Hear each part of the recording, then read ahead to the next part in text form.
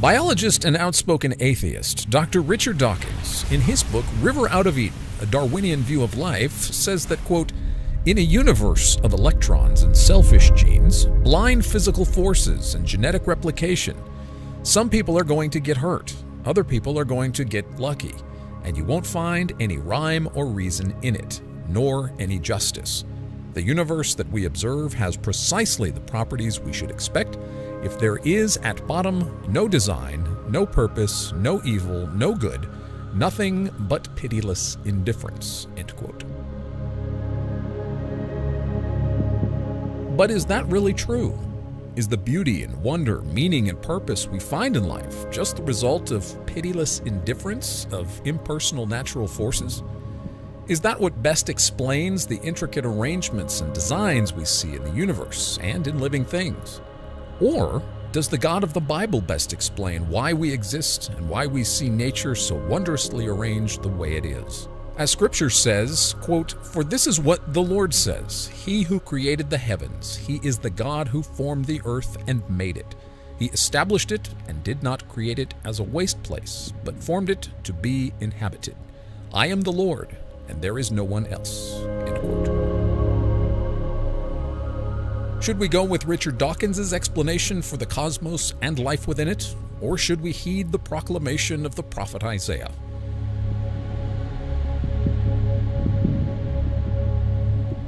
On our June 2021 episode of the Atheist and Christian Book Club, we discussed Dr. Dawkins' recent book, Outgrowing God, A Beginner's Guide. We hope you'll join us for a lively and civil interaction as we unpack these very weighty questions. Here is the host of the Atheist and Christian Book Club, president of Watchman Fellowship, James Walker.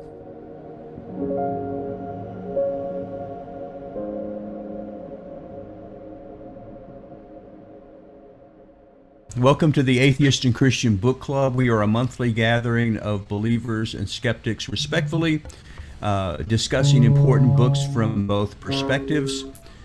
We typically will look at an atheist book one month and a Christian book the next month and try to have good discussions on these things. And we are excited to let you know that our past book clubs for probably about close to 2 years now are up on our website at atheistchristianbookclub.com. If you go to past meetings, you can see what we did and who our guest authors were. And you can actually, in most cases, click and watch the video. So we do have last month's book club. We had guest author Graham Oppie, atheist philosopher from Australia, as well as Tim McGrew, Christian philosopher from Western Michigan University in Kalamazoo.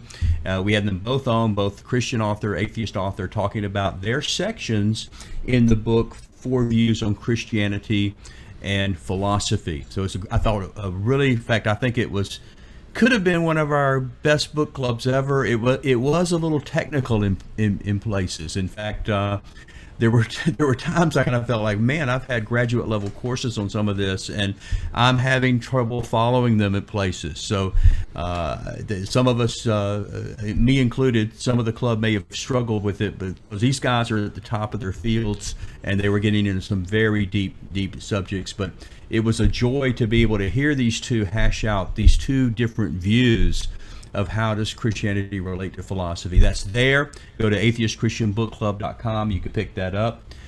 This evening's book, we are doing Richard Dawkins' book, Outgrowing God, A Beginner's Guide. So we're kind of excited to be doing that. Now, I'll acknowledge Bill, our co-host, who's our atheist. I'm the Christian co-host. I'm the president of Watchman Fellowship, an evangelical Christian organization, a ministry focused on Christian apologetics, primarily in the area of comparative religion or outreach in the area of other religious movements. So we have information on everything from Islam and Mormonism and other faiths and worldviews, Buddhism, but we're very interested in atheism. Well, over 4 years ago now, I met Bill Cluck, who's the other co-founder of the Atheist and Christian Book Club. He is the kind of the atheist component, former Christian, now atheist, and we've been talking about having a Richard Dawkins book for a long time now.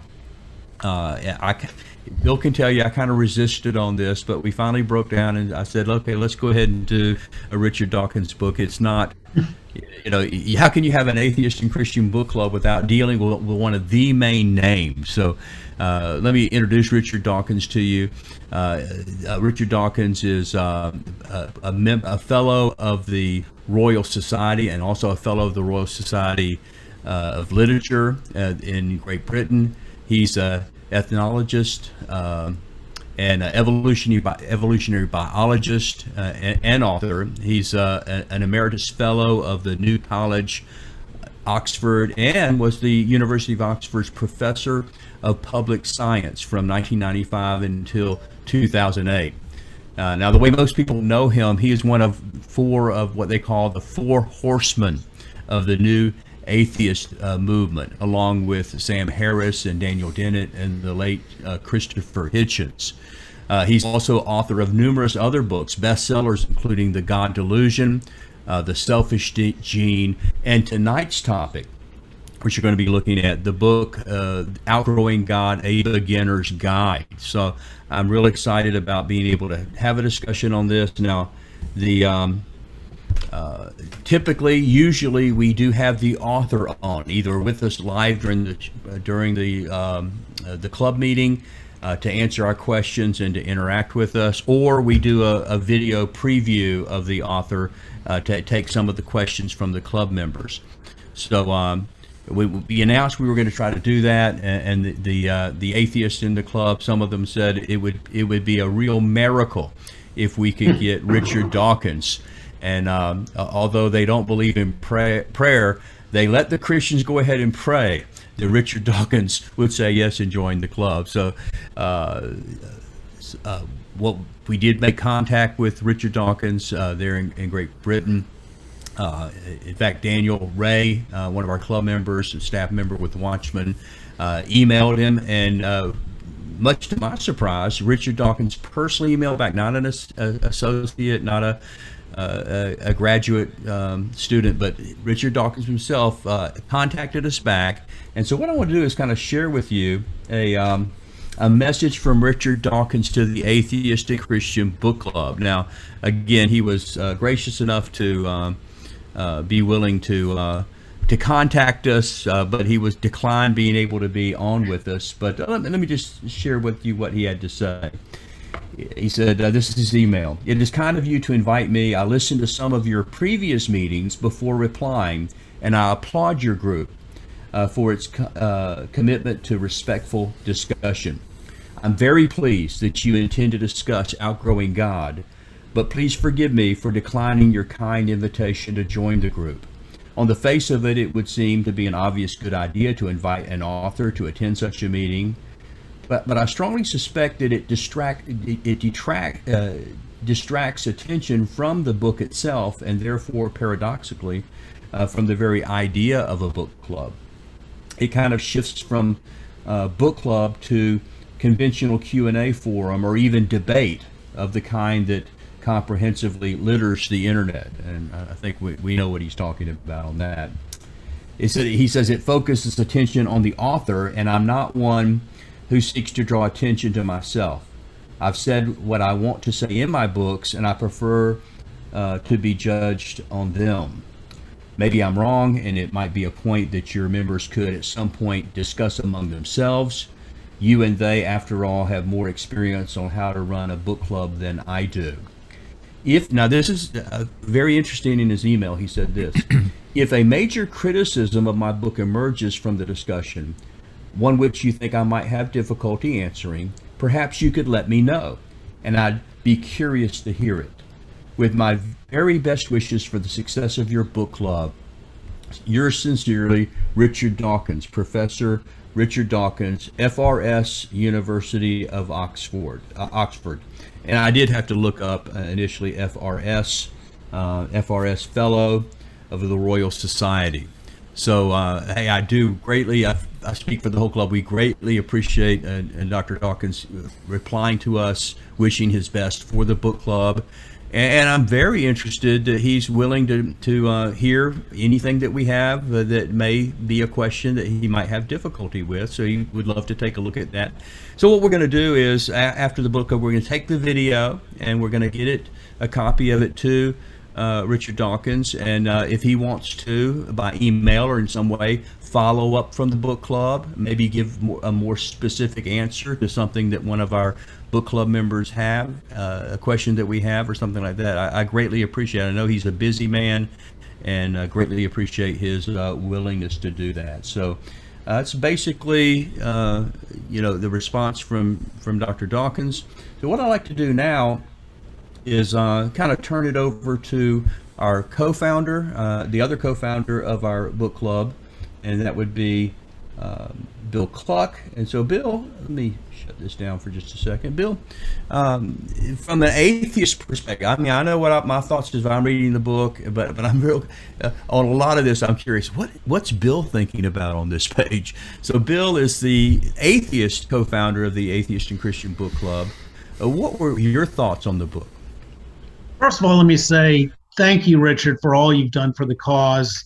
You're a great influence for atheism and, just more importantly, secular thought, and getting us free from the dogmas that chain us down, and religion, which, we've talked, James, how religion has been very harmful to me. And I'm just so grateful for all of the books Richard's done, the public debates he's done. And he's such a brilliant guy. He's such an articulate speaker and just a great guy. By the way, if you ever listen to his comments to Richard or answering the letters of Christians, it's one of the funniest things I've ever read in my life. But anyway, I actually did some research after reading his book, and I found that this guy, Pikaia, I don't know, can you guys see this? Anyway, it's a kind of a worm with a flat tail or whatever, came onto the scene 432 million years ago during the Cambrian explosion, and then died off, sadly, 510 million years ago. So it's very refreshing to find my great-great-great-great-grandfather, since I was adopted. Now I know where I came from. The Pika, it's spelled Pikaia. This is the chordata in the Cambrian, which is one of the first kind of semi-vertebrates that led to us. This is the ancestor of human beings. And on the back, you can see my semi-great-grandfather. Richard Dawkins says we came from fish. So, now that we got that straight, I really appreciate that bit of knowledge. So let's go to the book. One of the problems I had was that he said he has some serious mistakes on Christianity. He said that in the Council of Constantinople in 522 AD, that or 325 AD, excuse me, that was made the official,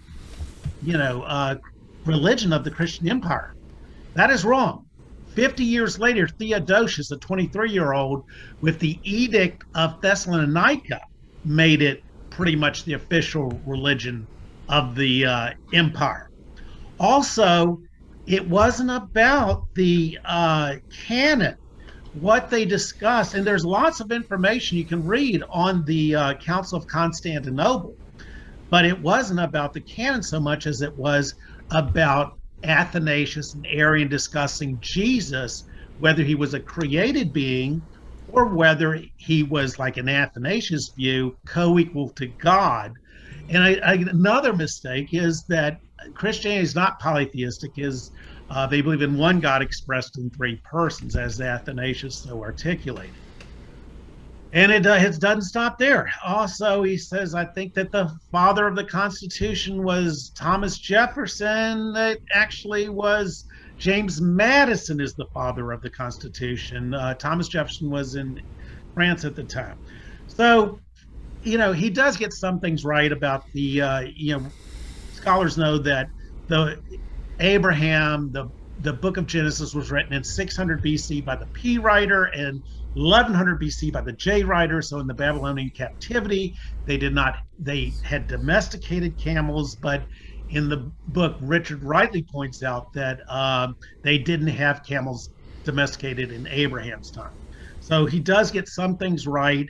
But when you're dealing with Christians, especially the sophisticated, very well-educated Christians that I deal with, Tim McGrew, for instance, last month, these guys are going to crucify you with anything you get wrong. So you've got to have your stuff right. And I know Richard Dawkins said he's not interested in theology, but if you're going to be talking to Christians, they talk about finely detailed things, the difference between prevenient grace and the Calvinist view of irresistible grace. So you've got to know your stuff. Also, I found, let's go to the Cambrian explosion. Creationists, whether they're young Earth or ID people, love to talk about this because it's one of the feathers in their cap about how life began that refutes evolution. That suddenly the major phyla, such as Chordata, us, the Picata that I showed you, the arthropods, where you have this segmented, fully formed things that suddenly appear in the fossil record.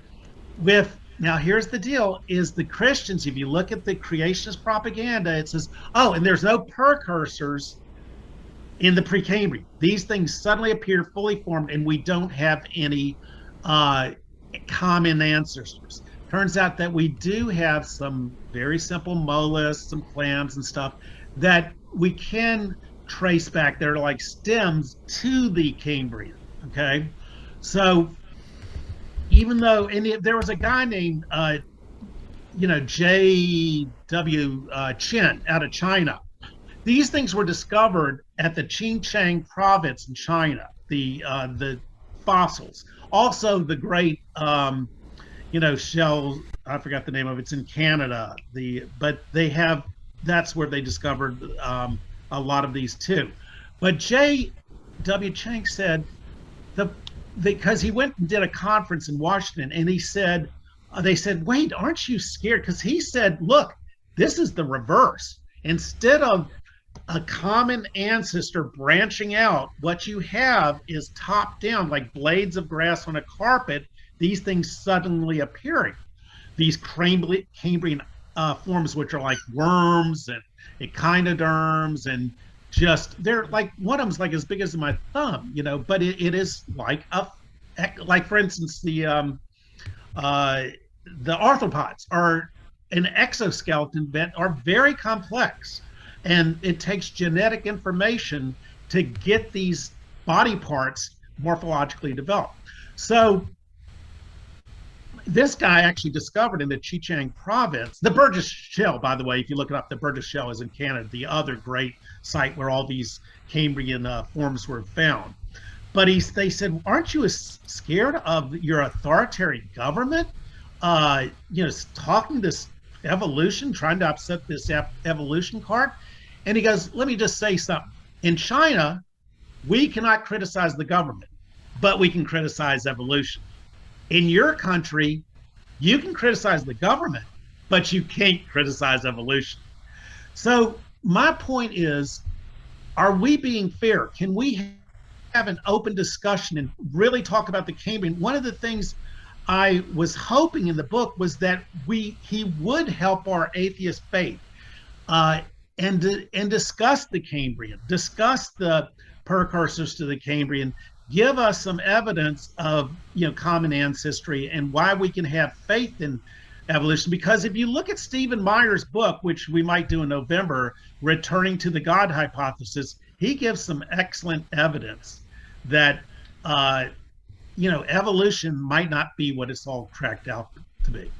And that's Stephen Meyer. By the way, Daniel Ray, who I hope he can comment on this, interviewed him just recently, and the guy's a brilliant guy, and I think Richard needs to address him, and let's get the facts on the table and see where they fall.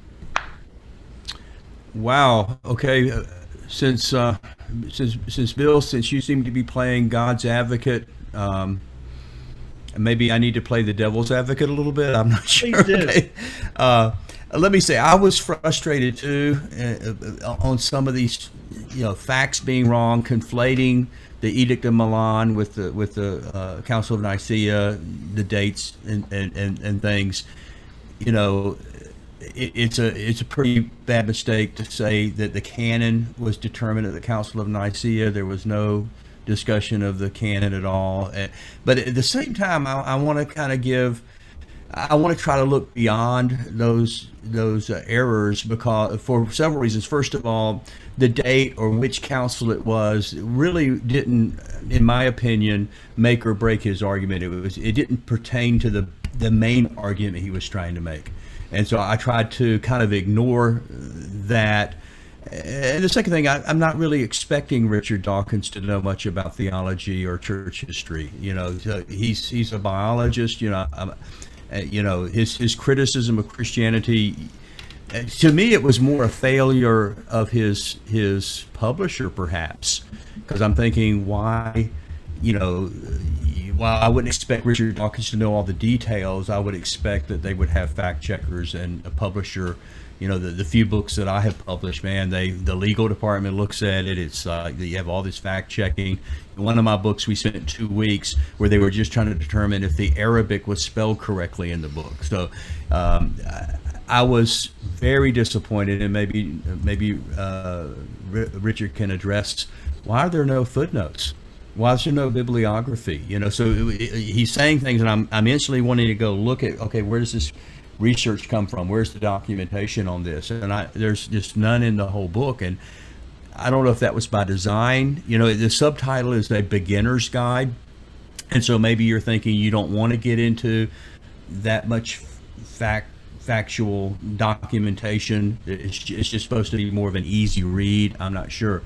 But I will say that those kinds of errors, I didn't think basically in any way were detrimental to the big argument he was trying to make. So I tried to overlook that and kind of look into those big arguments.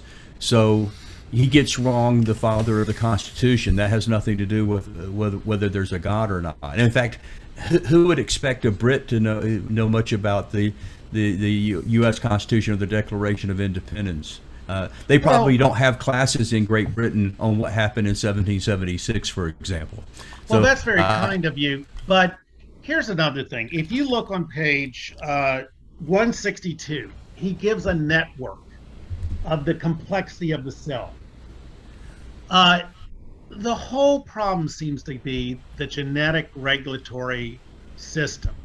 You have these genes that switch on and off these proteins. It is extremely complex by his own admission. He shows the chart how complex it is, and yet he's having us have faith in Darwinism. Now, natural selection's fine, but you have to have something to select from. And origin of life is a problem for us atheists. We do not have no clue. Francis Crick said, I've given up going to these origin of life conferences because they just go nowhere.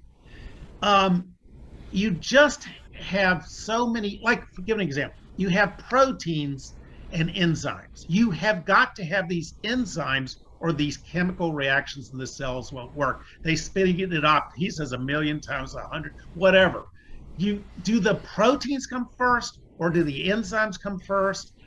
Just please tell me, help me, my faith, help me understand this, okay? Yeah, I obviously share some of those frustrations with you on that. So I'm assuming that he's factual on all his biology things. I don't have a background to fact check that, so I'm just going to assume that he's being factual on that. But to me, he left out some huge arguments. That even if you take everything he said about evolution as being gospel truth, you haven't really defeated Christianity. It's just like, okay, well, now we have defeated Christianity, but he doesn't allow for, a lot of Christians, including Christians, some of the Christians that are in our book club, that would hold to evolution, theistic evolution, Biologos movement. Yeah, Francis Collins. We did Francis Collins' book earlier in the book club, The Language of God.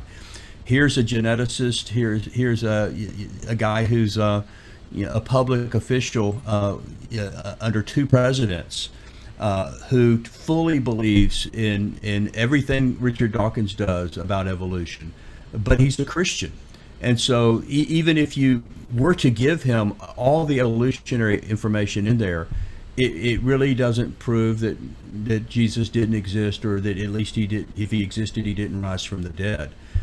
Christianity is a little more robust than that. So that to me, I would have loved him to interact with Christians who did agree with him on a lot of the biology, and how would he interact with that? What makes it wrong? But you're right, Bill. To me, the real issue was abiogenesis. How does life come from non-life?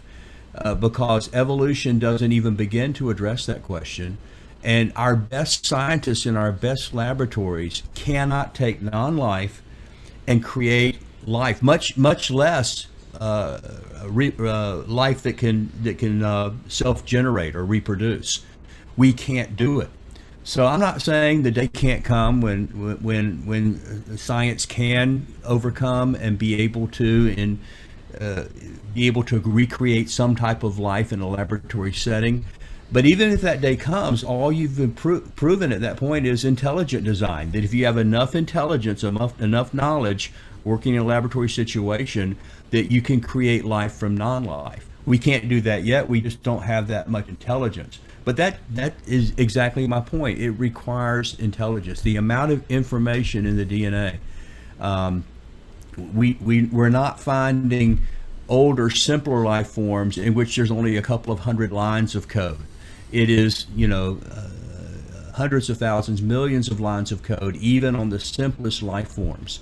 And so where does all this information come from? I don't think he didn't address successfully the idea of abiogenesis. How does life come from non-life? Again, I would have loved to have seen him address it, or at least dismiss it as a God of the gaps argument. We don't need to know, or maybe it's a naturalism of the gaps argument. We don't know the answer, but we know that one day naturalism will give us the answer to that. So it could be that kind of leap of faith on his part. But we were really hearing none of that at all. Well, James? in the DNA, here's the key: is it's not the chemical makeup. Like if you have a book and you throw ink on a page, it's not the ink, the chemical makeup of the ink in the book, it's the order. So the nucleotides, the cytosine, the adenosine, those 4 nucleotides on the DNA base, it's the arrangement, which I think Bill Gates said, hey, it's just like our code, even more complex. So it's the order of the nucleotides on the genome which determines the proteins. So that just screams at information. And I know people like to dismiss Stephen Meyer as a ID guy that shouldn't be heard, but he has a lot to say, and I think we're going to try to read his book in November or October, whatever, The Return of the God Hypothesis. And by the way, Daniel has interviewed Stephen Meyer, who I've been listening to his YouTubes all day. Go ahead, Daniel, tell me what you think. Yeah, a couple of things. For one, let me just say something nice about Richard. He was really nice in his email, and I think to his credit too. I mean, as we're criticizing him for not being more technical, I do think there is that sense that there is the title in the title, A Beginner's Guide. So I think he's trying to explain very complex, and I'm sure he knows the complexity. He knows of the genetic complexity that exists.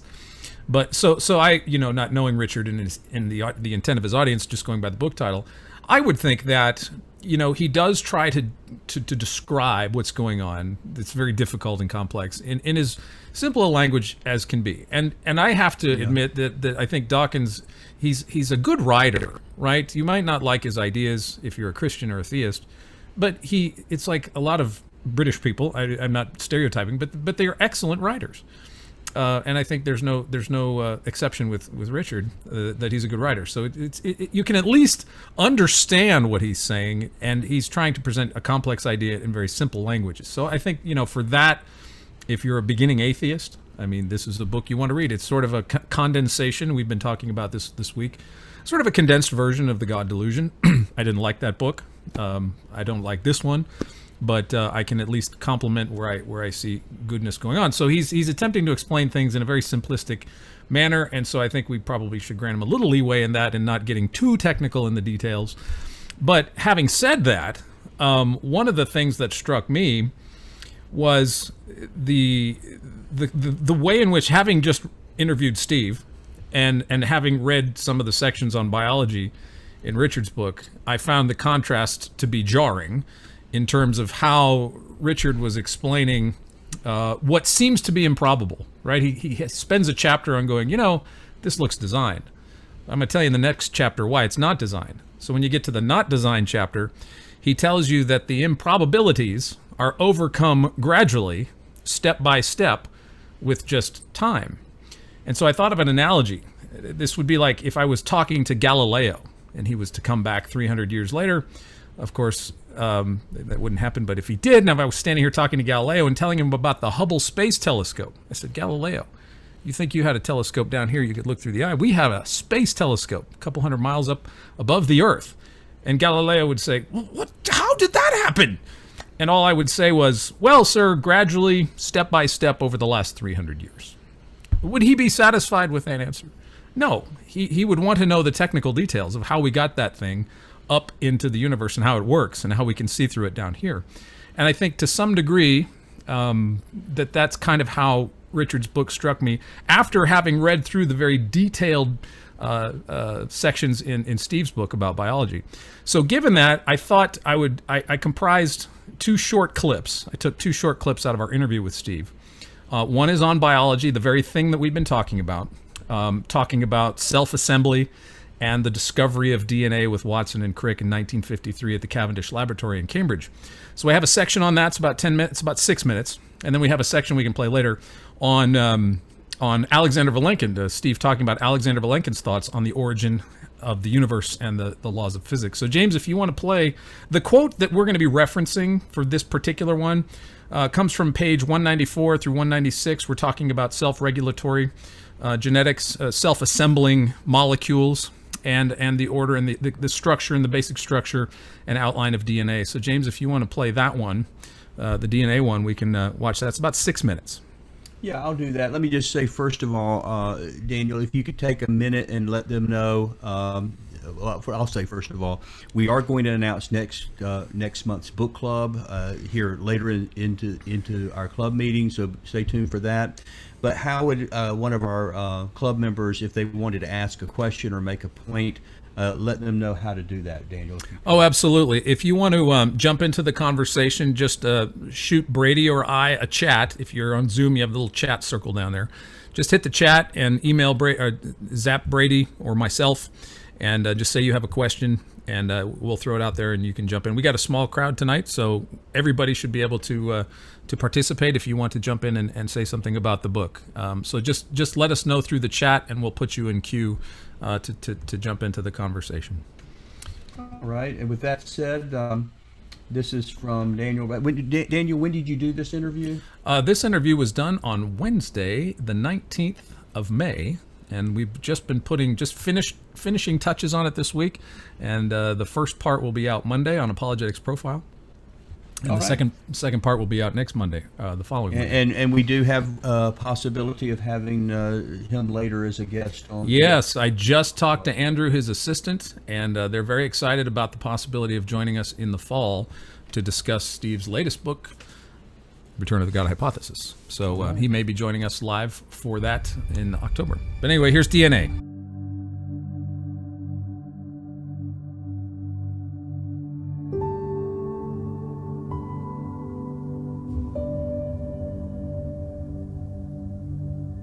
In 1953, Watson and Crick elucidate the structure of the DNA molecule. People had known a bit about DNA before. They were getting suspicious that it had something to do with the transmission of hereditary information, and the search was on. And I tell the story of the search and the competition between the research groups. It's really a fascinating tale in running up to the publication on April 25th, 1953, of a short 900-word essay in Nature. The greatest ideas can sometimes be expressed very succinctly, and this is one of those cases.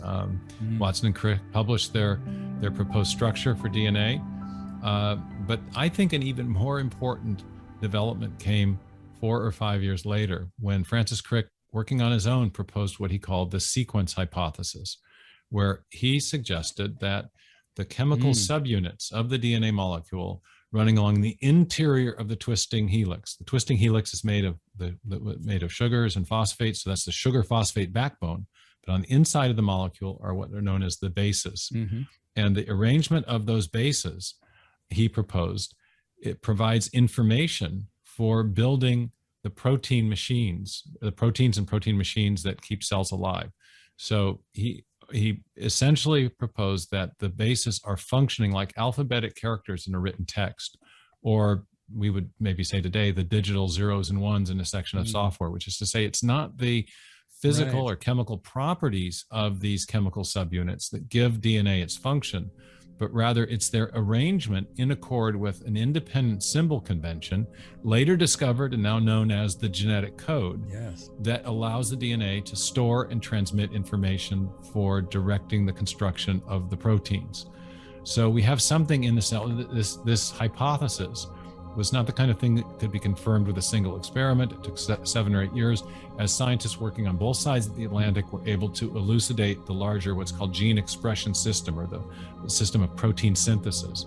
But in fact, what they discovered was that DNA it does contain information in a digital or alphabetic form, and that information is directing the construction of protein machinery. So that would be something like our contemporary CAD/CAM technology, where called computer-assisted design and engineering, where an engineer might sit at a console, write code. Code will go down a wire, be translated into a machine language that can be read at a manufacturing apparatus, and then used to construct an airplane wing or a section of an automobile or a garage door or whatever it is. So information directing the construction of mechanical parts. That's what's going on inside the cell. It's a complex information storage, transmission, and processing system in even the simplest living cell.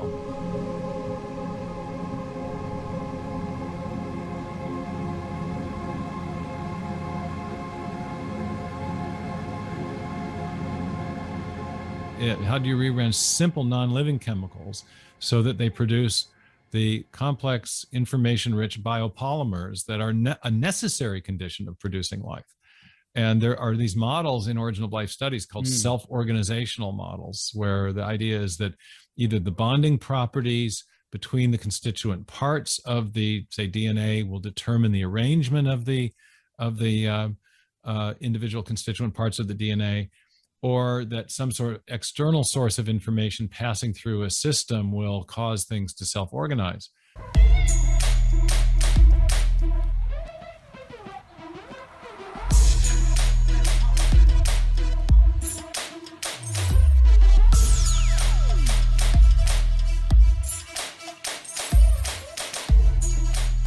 That energy alone does not produce configurational negative entropy, or also known as functional information or specified complexity.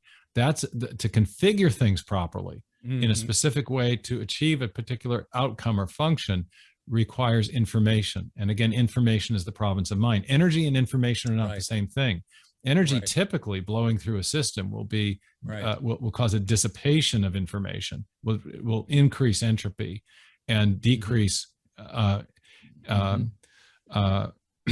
information. There are systems where you can push energy through a system and create a kind of simple symmetric order. But symmetric order, like, you know, if you drain a bathtub, or if you have a vast wind blowing in off the Gulf of Mexico, a tornado might result. So you can produce simple order from energy, but not highly configured, specific forms of information. I used to illustrate this with my students. I'd have two Coke bottles fastened together with a plastic fastener, and I'd have blue dye and sparkles in the Coke bottles, and I'd shake them like this to create a vortex. So the energy going into the system would create nice symmetrical order. But the little sparkles never spelled Steve Meyer is your favorite professor or something. So energy can produce simple order, but it doesn't produce specified complexity or information. And so the idea of self-organizational models in the origin of life, I've always said, they do a good job of explaining what doesn't need to be explained. What needs to be explained in biology is not simple order, but rather complex, specified information. And it's you're right, I've never really thought about it. The fallacy is the same as the fallacy that drove alchemy, that energy alone could produce configurational negative entropy.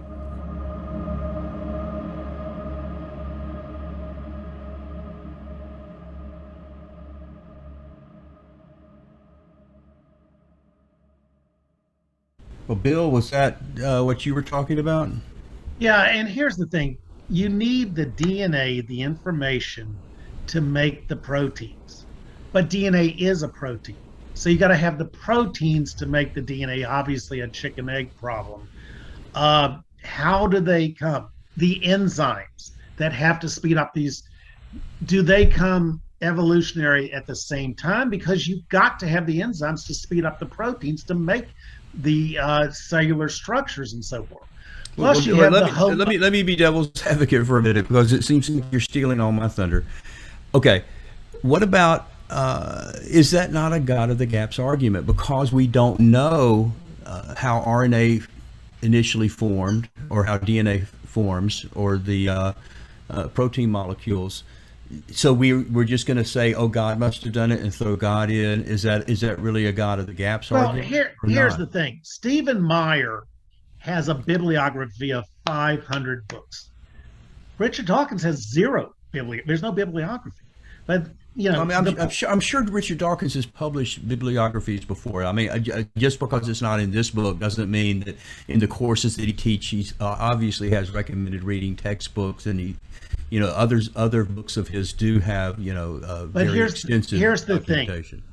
I read Stephen.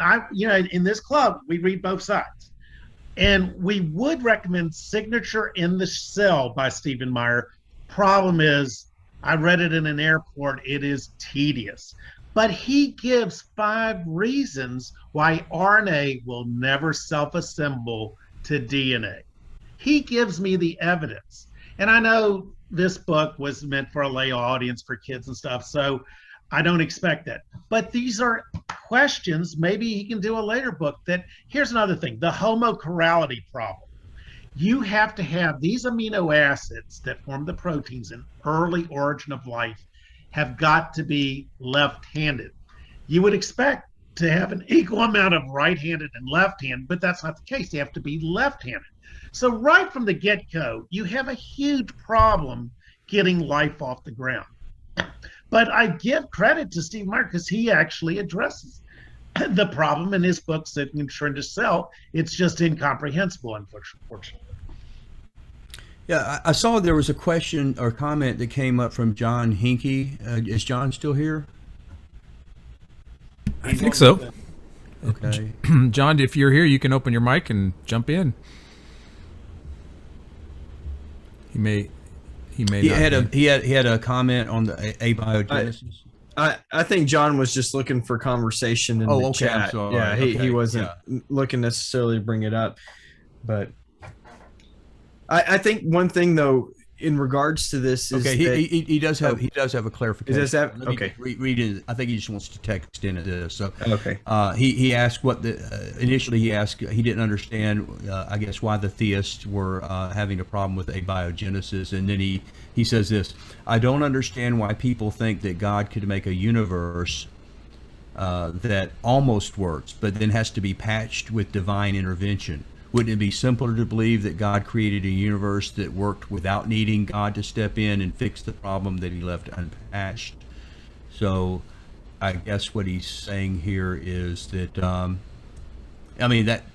to some theists, that might sound more like deism, but I see his point. His point is, if he not wanted to create a universe, or even at the moment of the singularity, create a universe in which everything that he intends to happen will happen automatically, that the systems are in place, so he doesn't have to keep stepping in and tweaking it here and there, and it gets stuck, so he comes in and does something for the Cambridge explosion, and then he waits a little bit and then comes in and does something else. I may be misunderstanding John's argument as a agnostic, but what would anybody have any comment on that or thoughts about that? Yeah, I mean, I think of course, if we're not getting John's argument right, John, just let us know.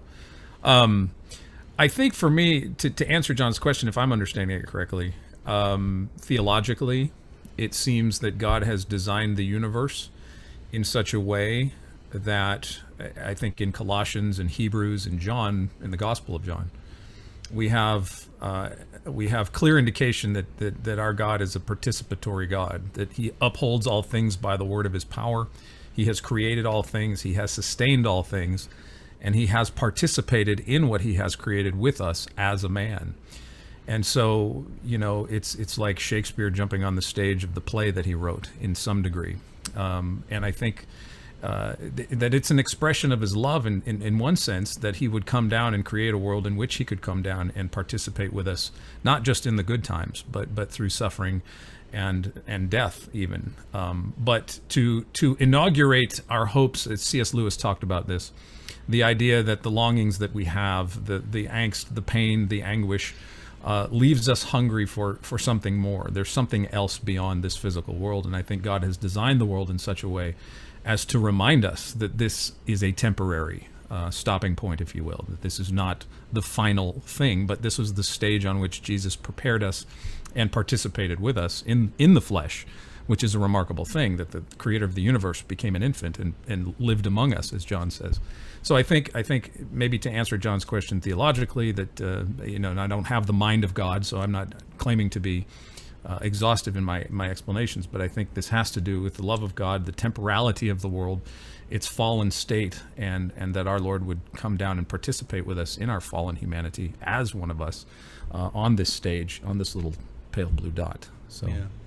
Yeah, deism was this idea which was, certainly had its zenith maybe in the 16th, 17th, or maybe into the 18th centuries, but it really is not very well, very popular today. But it's the idea that an all-powerful creator or God created the universe like clockwork and set everything in motion, but then has nothing really directly to do with it. So he just lets it run on its own, and that certainly sounds kind of more like what John's talking about. But I think to apply that to the abiogenesis question that he had, Daniel, would you agree that Christians believing in an omnipotent, all-powerful, omniscient, all-knowing God, if God wanted to create a universe in which, from the singularity, from the Big Bang, that life could come from non-life, without any other direct intervention on God's part, is he certainly not powerful and wise enough to do that if he wanted to? We can. The problem is taking on the mind of an omniscient being with all his intentions. Certainly, if God could, I mean, when Jesus, when people were telling the children to be silent when Jesus was walking into Jerusalem on the donkey, that, if these remain silent, the rocks will cry out. It's in Luke's gospel. So that obviously Jesus can make a donkey talk. Right? That's an issue. But I think that yes, absolutely, God can certainly have done that. But we see in Genesis, of course, that he came down, and man is the one thing that he doesn't speak into existence. Man, he creates with his hands from the dirt and breathes the breath of life, and we are a living soul, as Genesis says. And so God is very hands-on with us. Psalm 139, he knit us together in his mother's womb. And so could God have sat back and made descendants of Abraham from the stones? Could he made the rocks sing out Hosanna?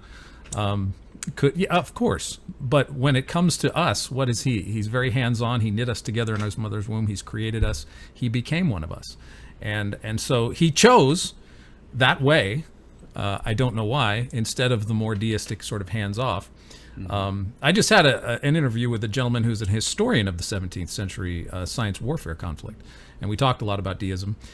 He mentions a lot about deism in his book, and it's within strains of liberal Protestantism, this is an attractive idea when it comes to dealing with the problem of evil. And so, God's hands off, he lets everything run its course and all that kind of stuff. Well, deism, that can kind of take care of that a little bit, doesn't explain everything. But if God's kind of hands off, letting people do whatever they want to do, that's easier maybe to deal with than trying to explain the sovereignty of God involved in human affairs and the universe on a daily basis. So I think... Let me jump in here, Daniel. I'm talking of the sovereignty of God, and, he's in the mix with us, right? So let's go back to the Cambrian. You have the trilobites, which come on the scene 452 million years ago or whatever. They have compound eyes. Yeah. They're complex creatures. Right. This is just amazing. It's an argument for creation. Right. So let's just assume, for argument's sake, there is a God. God just loves trilobites. Just makes just like beetles. Just like beetles. Yes. They're everywhere. Right. For like 200 million years, and then they go away. So my question to you, Daniel, is, and maybe Rich can answer, what's the point of trilobites hanging around and then going away? Well, this is what people are asking about the universe, Bill. Same basic general spirit of the question. What the heck is Jupiter for? Why Mars? Why Saturn? What's all that for? Why all these planets? Why the moon? What's going on? Why, if God created the universe, it seems to be a waste. And really, that really is sort of an anthropic position to take. In other words, if you're God, you're not really wasting things. You're not on a budget if you're God. So you can make planets and flowers and trilobites and beetles. And so it's a matter of, I think the question comes from a matter of utility, Bill. We're used to asking what for and why, and what use is it, right? This is the problem that C.S. Lewis outlines in Voyage of the Dawn Treader. The ship captain of the Dawn Treader, they want to go through a dark island, and the captain goes, what use is it? And then the Mouse Reepicheep upbraids him for thinking just pragmatically, right? It's all for honor and adventure. And so I think the creation, Bill, the plethora of creation, the abundance that you find in the universe, whether it's trilobites or the rings of Saturn or the diamond rain on some of these exoplanets that they've discovered, it's all for the glory of God. Now, what's the glory of God? The chabod. That's a serious Old Testament thing that you could spend hours just unpacking what the chabod of God is. But I think that's where the question starts to get answered. All of this plethora, this magnitude, this magnanimity bespeaks of God's glory. From a Christian's perspective. But let's go to the book. Remember the lion and the cheetah? Yes. Or the cheetah and the gazelle. Right. Where the cheetah gets advantage and he's a faster runner, but the gazelle gets his advantage from natural selection. But gosh, the end goal is for the cheetah to eat the poor little gazelle. And I was watching a National Geographic thing where, the poor water buffalo is trying to get a drink of water. And the freaking crocodile goes and, jumps out and you can't even get a drink of water. And the great cosmic skeptic out of London, who's has 2 million viewers, who's like God on Earth on YouTube. One of his big problems, and John Loftus too, we've had here, is animal suffering. What is the point, Daniel, of all this suffering? That's an excellent question. I don't want to answer it lightly, but I think we don't want every book club to I was going to say to go to the problem of evil, but it is a valid question. But I think go ahead. I'm sorry. Go ahead, James. Finish. I was just going to say, to kind of put in what you said in a little bit different words. Sometimes when we say why did God do that, it seems pointless. Sometimes what we're really saying might be, what's in it for me? If I don't get benefit out of it, then God's wasting his time. Well, God probably does a lot of things without wanting to benefit me personally or even humankind as a whole. It's not all about us. It's about the glory of God. That's the purpose of it. Yeah. And so in some way it does bring glory to God. In some way, Bill, it needs to be balanced, right? So if you look at the person of Jesus and you neglect his humanity and just focus on his divinity, you get a heresy. If you focus on his humanity and you neglect his divinity, you get a heresy. That was the Arian problem that was addressed at Nicaea.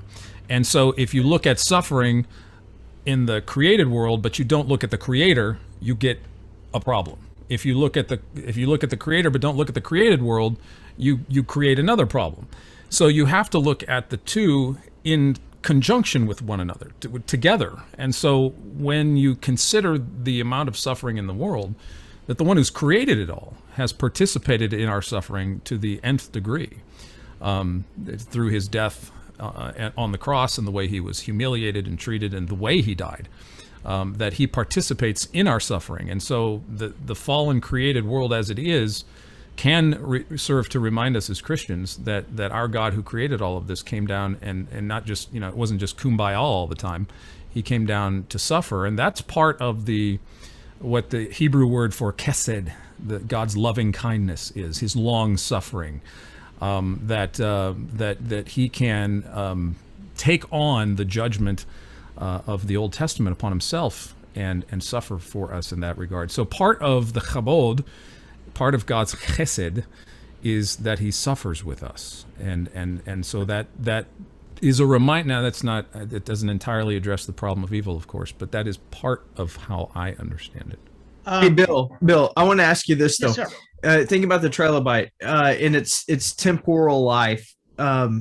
What's wrong with just simply saying that God had a purpose for it? And the reason being is that I think about our lives are temporary. I mean, they're not anywhere near hundreds of millions of years, but yet, as we at least read in Scripture, it seems that there's a purpose for us being here. What would you say to that?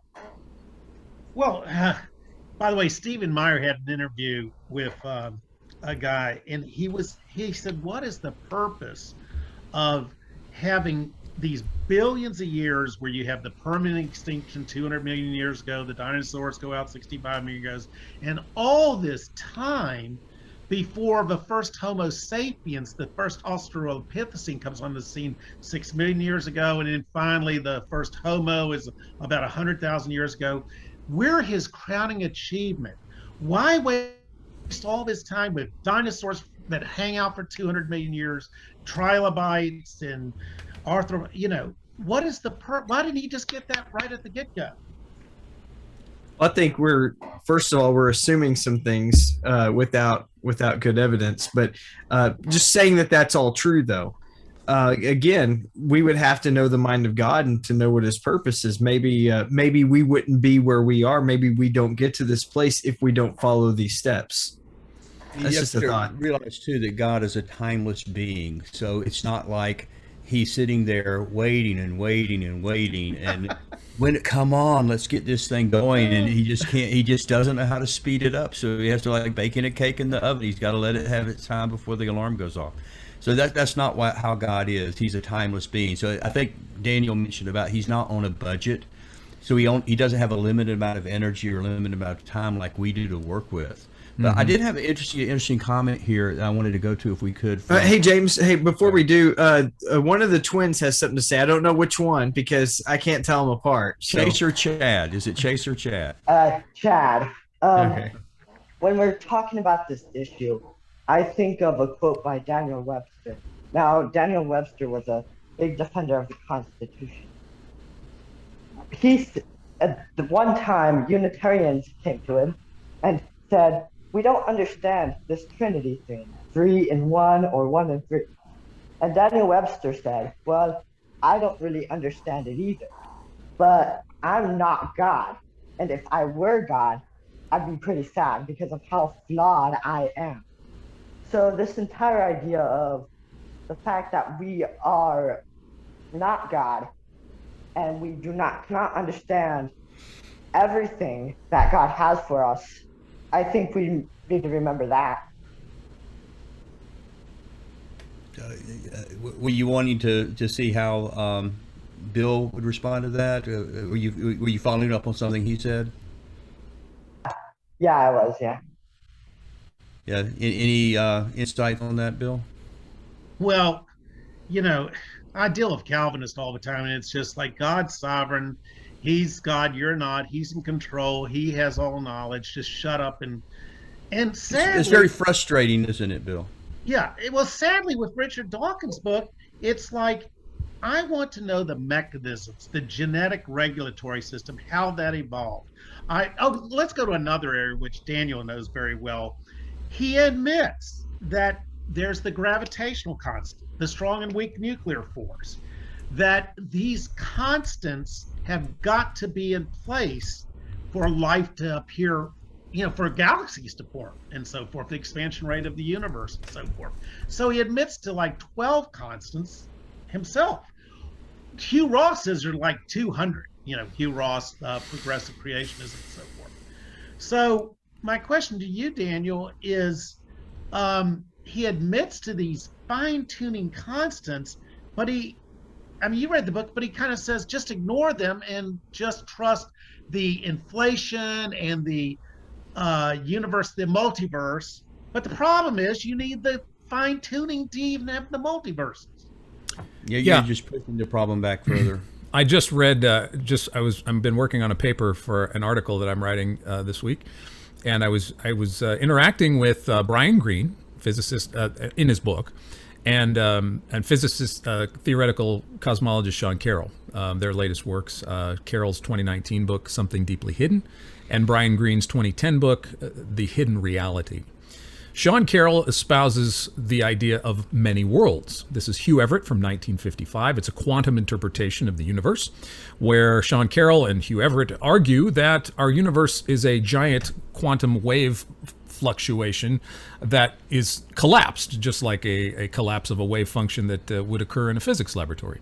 And so by this, Sean Carroll is arguing that there are many other collapsed wave functions out there, many worlds. It's a little different than the multiverse, but it's a quantum version of the multiverse. There are many worlds out there. Brian Greene is a string theorist / multiverse theorist, and Brian Greene goes to length to say in his book toward the end, he's talking about the idea of the multiverse and the string theory yielding the logical conclusion, well, the math leads you to the logical conclusion that if there's an infinite set of universes out there, or if there is, according to Sean Carroll, there are many quantum universes out there, many wave functions that have collapsed, that the universe matrix, if you will, is filled with our doppelgangers. There's a bunch of us having a book club in another universe somewhere. This is what Brian Greene is saying, and very serious about this. And Greene says this, and it's something I've also heard from theoretical physicist Leonard Susskind as well at Stanford University. Greene says, because we have such an infinite multitude of universes, we have an infinite multitude of probabilities that everything that can happen has happened. And this is not quite, Carroll doesn't play with that as much. He's just more concerned with the quantum mathematic wave function description of our universe. He's pleased with that. He doesn't really worry about doppelgangers out there.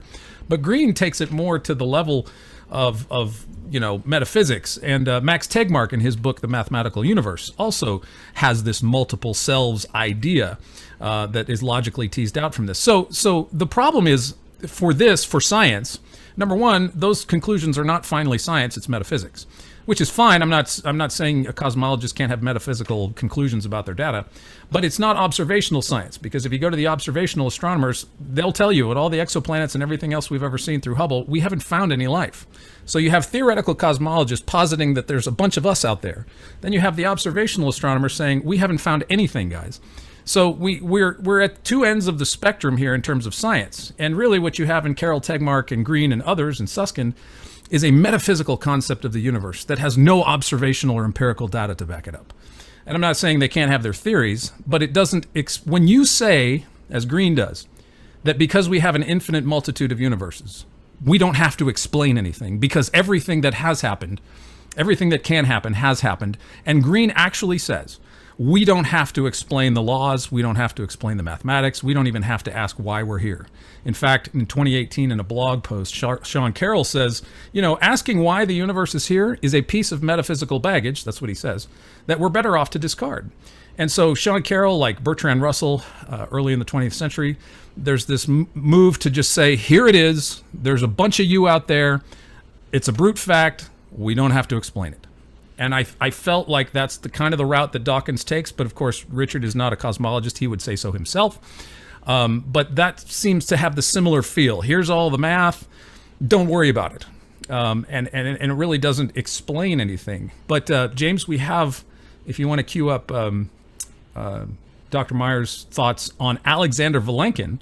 Let's do this first if I can. I was intrigued with Phil had a comment from earlier about the God of the gaps, and that's a possibility I threw out there to hopefully rescue Bill Cluck from some of his Christian-leaning ideas. So anyway, I just try to throw that out to be the devil's advocate a little bit. But Phil threw a suggestion out there to kind of counter that. So Phil, if you're there, if you can unmute and tell us what you meant by that, about the God of the gaps argument.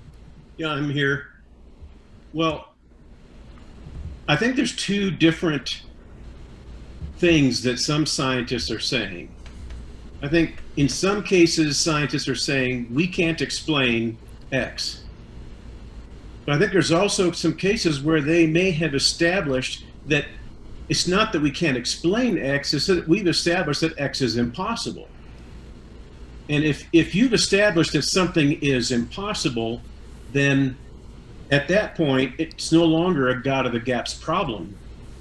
And if you can explain, if you can say that something is impossible, but it would have to happen in order for some theoretical framework to actually survive, then you've destroyed that theoretical framework, because it's not just that we can't explain it, it's simply impossible. And it seems like Stephen Meyer is making pretty strong points that some of these some of the necessary processes that would have to occur for spontaneous abiogenesis to occur are not just hard to explain, they just can't happen. And I think sometimes the only way to rescue that problem is to say, well, we don't think it can happen, but perhaps there's a natural law out there that can come in and intervene and make it possible. And that's one of the problems that I had with John Loftus when we were speaking a little bit before. John Loftus believes that the science will discover natural laws someday in the future that will explain or tell us how spontaneous abiogenesis could have occurred. But if you look at that statement, that's actually an article of faith, because there's no scientific evidence that science will explain X at some point in the future. That's simply a faith statement. It's something that we believe by faith, and there's no scientific evidence that science will ever actually explain some of those things. So if that's some of the tenets of science, Phil, I mean, don't we look at something that's observable, repeatable, demonstrable, something? This is a theory that has no evidence to back it up. There's no experiment. There's nothing observable that would make us think that this is going to be proven someday as a fully natural occurrence. Well, I'm not sure what you're asking there. I mean, well, abiogenesis, it's not observable. It's not repeatable. It's not scientific. It's not the theory that one day we will know this is not something that we got out of a laboratory experiment. Yeah, well, there's two different things that we're saying there. The first one is that spontaneous abiogenesis itself is not repeatable, and therefore we may want to disqualify it as being true science. I don't think that we necessarily can. But the other thing that we're saying is the idea that someday it will be explained in the future by some kind of scientific law that we haven't discovered yet. Is that a scientific statement? And it turns out that obviously that's not a scientific statement. That's a philosophical statement. How is that not naturalism of the gaps? We don't know the answer to that question, abiogenesis in particular, but we know we're going to plug naturalism into that gap and say that naturalism will answer that. Because the complaint that we get from the atheists is your God of the gaps is a faith answer, and a faith answer is not compatible with scientific investigation and scientific method. And so we can turn around and say, yeah, but naturalism of the gaps is also a faith answer, because naturalism is not a scientific principle, it's a philosophical principle. It's a philosophical idea. So, but when we point out that we have no scientific evidence that someday science will discover some law in the future that can explain spontaneous abiogenesis, that is an article of faith, and there's no scientific evidence behind it. And John Loftus and many other atheists have said, absence of evidence is evidence of absence. So they tell us that when we're trying to come up with some type of answer to something that doesn't have any evidence for it. And so they kind of hold our feet to the fire and say, well, you don't have any evidence for that, so that's faith and that's unscientific. But the problem is that that's the same thing as happening when they tell us that someday some natural law that we discover in the future is going to explain spontaneous abiogenesis. That's just as much a matter of faith as anything that any theist might say. Well, so, Phil, speaking of the origin of life, Stephen Meyer gives a great illustration. He has a bicycle with 4 probabilities. If you work out the math, there's 10,000 possibilities. So what he says with the proteins, you have 150 amino acids. So with the genetic regulatory system, you've got to somehow get 150 amino acids in the correct order, which is like, and now this is where he loses me. He says it's like 10 to the 77, just like basically impossible that you can get all these amino acids in the right order. And he compares it to a 10-digit bike clock, which just exponentially blows out the math. By the way, here we have Ken Daniels, who does write code, who does know this stuff. Can you rescue us here, Ken? Are you on? I don't think he's on. Is Ken with us? Yes. Hey, I came in late, so I'm just kind of new to this conversation. Sorry. I'm not quite sure what's being asked. Well, what we're talking about, Ken, is what Stephen Meyer does is he compares the DNA molecule to informational code. And you've got to, just like a computer programmer, which you are, you've got to write code to get these proteins made, which would be analogous to the A and G of the nucleotides in the DNA. And what he says, when you put information in that doesn't work, it compromises the thing by random. If you just put random information, it doesn't improve the code and the chance for success. It goes and compromises it. So do you have any?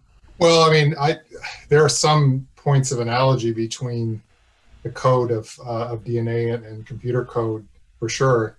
The computer code that I write doesn't have a replication with variation and selection type mechanism that evolution is purported to have. So I mean, there's similarities, but there's also differences. So, and I'm not an expert on the origin of life or the origin of DNA codes. I mean, I'm an interested layperson and observer, but I think anybody who pretends to know how it all got off the ground is premature. I mean, sometimes we just have to admit ignorance. So, by the way, what do you think of the book? Did Dawkins make his case for evolution in your mind?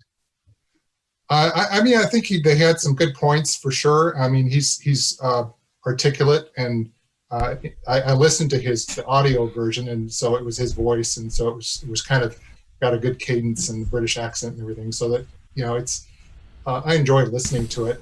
I mean, I think that the best case that I've heard made for evolution was made by Kenneth Miller. He's a Catholic cell biologist, a Christian believer,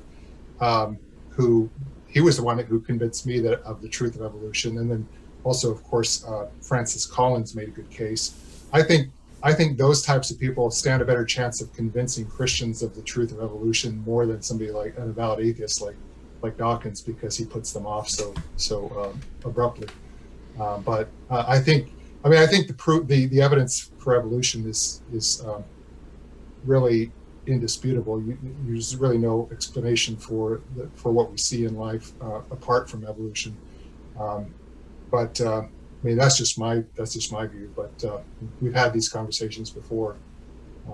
Yeah, we mentioned earlier before you were able to join us, Ken, that to me, one of my disappointments was that it was almost like he had the biggest section there on the biology, on the evolution, and it's just like, see, then therefore Christianity is not true. But he didn't seem to interact with Biologos, with Francis Collins, and even members of our own book club who fully believe in evolution, although they also believe in God and Jesus Christ. So I would have liked to see him say, okay, if you agree with me on the biology and on the evolution, there's still a problem with the theism, and here's why. But well, even William Lane Craig has come out as a theistic evolutionist. So there's nobody with bigger bona fides than is that the right pronunciation? Bona fides.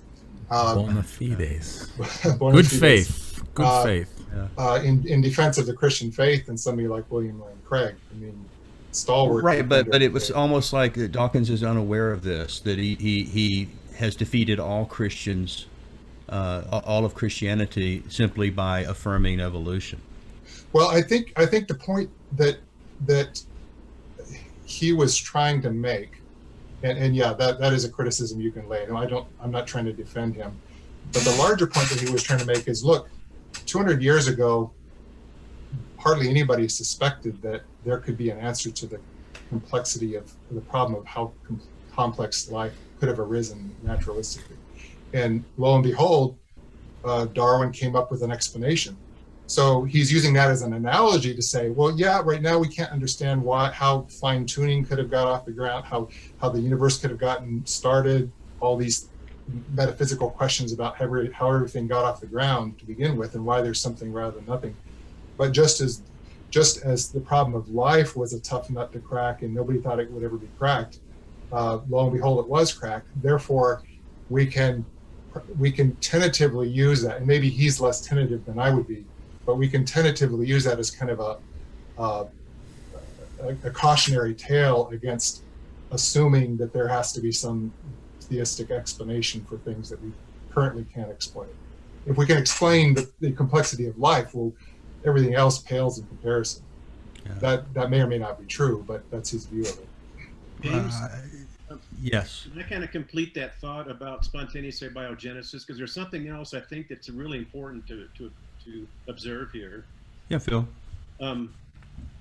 I studied paleontology at the University of Colorado, and the professor one day got up in front of the class and he said, well, he actually went through a list of all the possible processes that could have produced spontaneous abiogenesis. And he said, okay, every single one of these doesn't work. And he said, he thought at the time that they were all exhaustive. And so he said, there's no way we can, right now, we can explain spontaneous abiogenesis, and I don't think that's changed. And he said, so we believe in spontaneous abiogenesis by a leap of faith.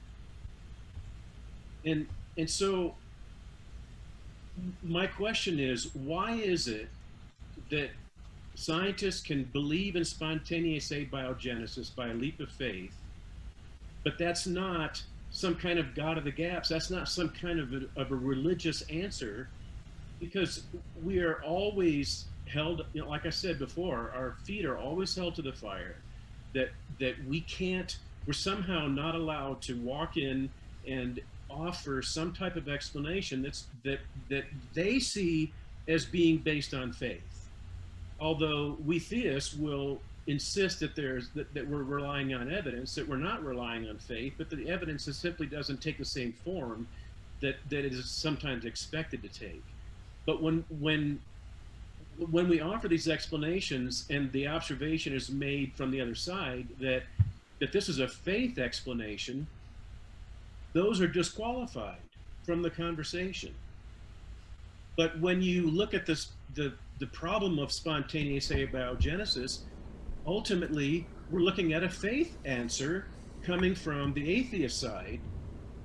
And if faith answers are not allowed, then I would ask the other side and say, well, if they're not allowed, if we can't offer a faith answer, you can't offer a faith answer either. You know, we all have to play. Is it fair to say that when you say we don't know, we can't explain currently abiogenesis, but it's possible? And Ken Daniel said it's very tentative on this, but is it tentatively possible, just like you have Darwinism, that there's something in the future?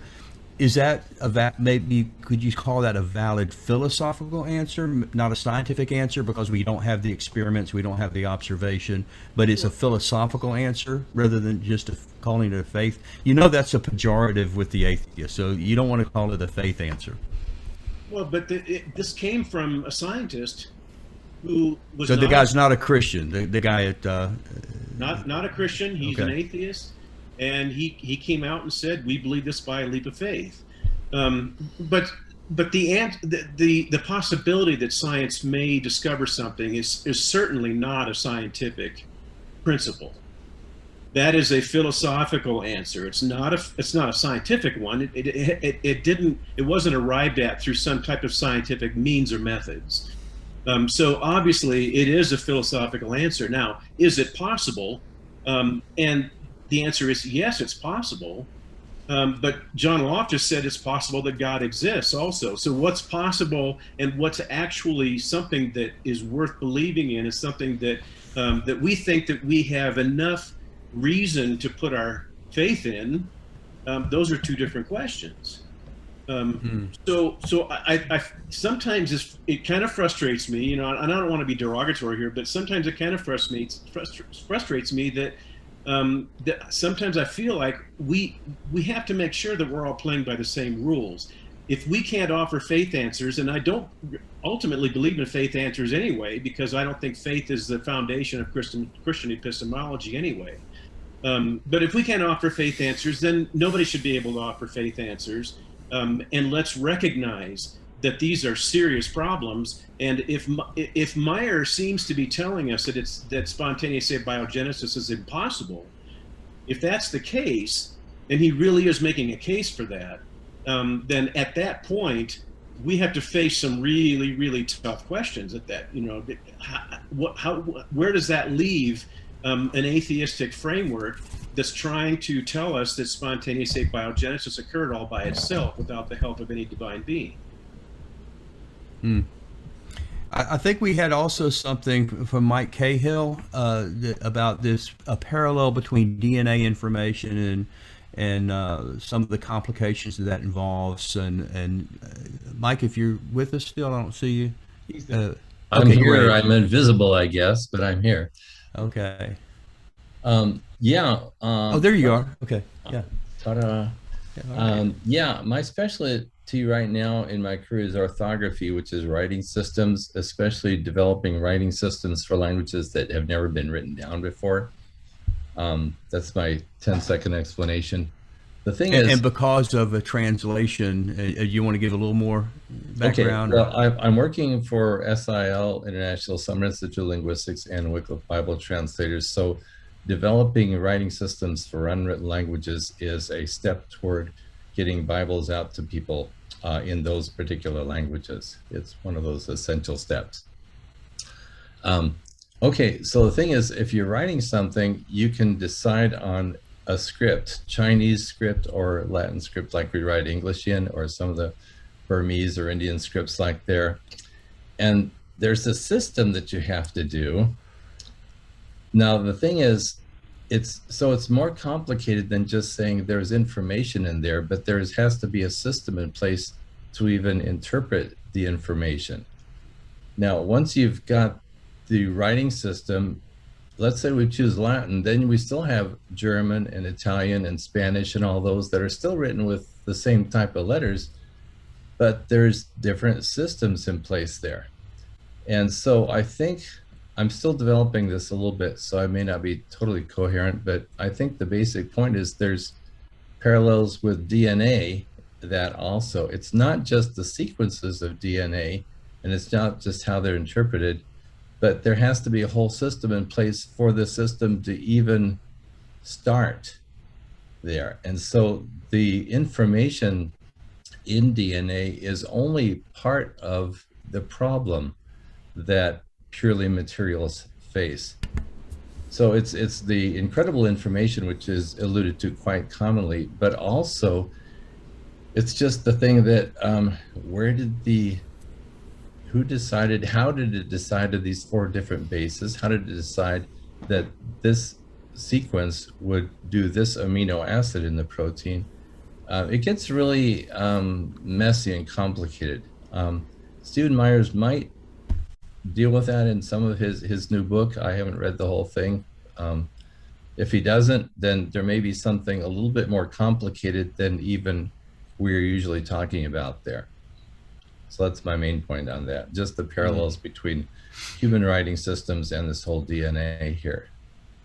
Well, John Hincke made a comment here, coming from, I think, an agnostic perspective, but he's, what is unreasonable about this?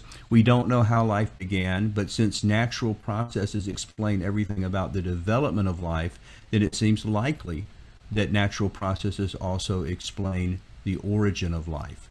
So I think that might be a great, maybe if we can get Stephen Meyer on later this year and talk about that book, that maybe we can get into some more detail. But I think John does, that certainly sounds reasonable, that it's not,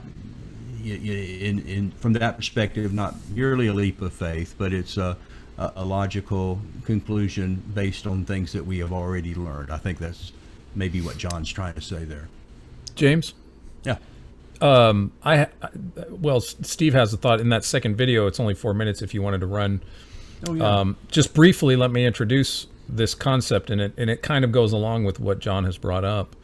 I don't mean to speak for Steve. Certainly, I'm not as technically aware and knowledgeable in the research as he is, but his whole case in his trilogy of work, from Signature in the Cell, Darwin's Doubt, and the Return of the God Hypothesis, is an abductive cumulative case argument that shows very strongly that the reason God, he argues, is the best hypothesis is because of the artifacts in the physical world that we see. Intelligence, language, as Steve mentioned. What Steve is abductively arguing is that we see artifacts of mind among ourselves in mathematics and language, communication, intelligence. And what Steve argues is that from the information in the DNA to the arrangement of the universe, the laws, the physics, all of this abductively suggests a mind. And if you're going to put a mind behind the universe and biological life, that would be God. And so in this clip, he talks at length about a thought that the Russian cosmologist Alexander Vilenkin had about the laws of physics and the origin of the universe, which I think is both applicable in biology, in Steve's argument for biology as well. The idea of why a mind abductively is a very attractive thesis.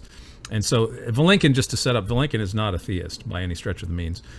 He's interacted with Bill Craig, because Bill Craig has used the Borguth-Vilenkin theorem in his debates. But Vilenkin is a Russian cosmologist. And so here is a clip from Steve musing on something that Vilenkin had said in regards to the laws of the universe and its origin.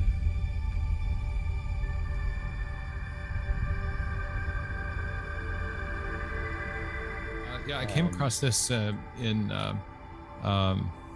research I was doing in preparation for a debate with Lawrence Krauss, who popularized Vilenkin's work. Krauss's book was titled Universe from Nothing. And Vilenkin developed a model of what's called quantum cosmology that followed an earlier model that was developed by Stephen Hawking. Hawking's model was an attempt to circumvent the problem of the cosmological singularity and provide a kind of materialistic understanding of the origin of the universe that did not involve a God hypothesis, or involve, as he put it, God lighting the blue touch paper that set the universe alight. Vilenkin actually presupposed that there was a singularity, but he suggested that, as all quantum cosmological models do, that there were these kind of pre-existing laws of physics that were present in some way prior to there being matter, space, time, and energy.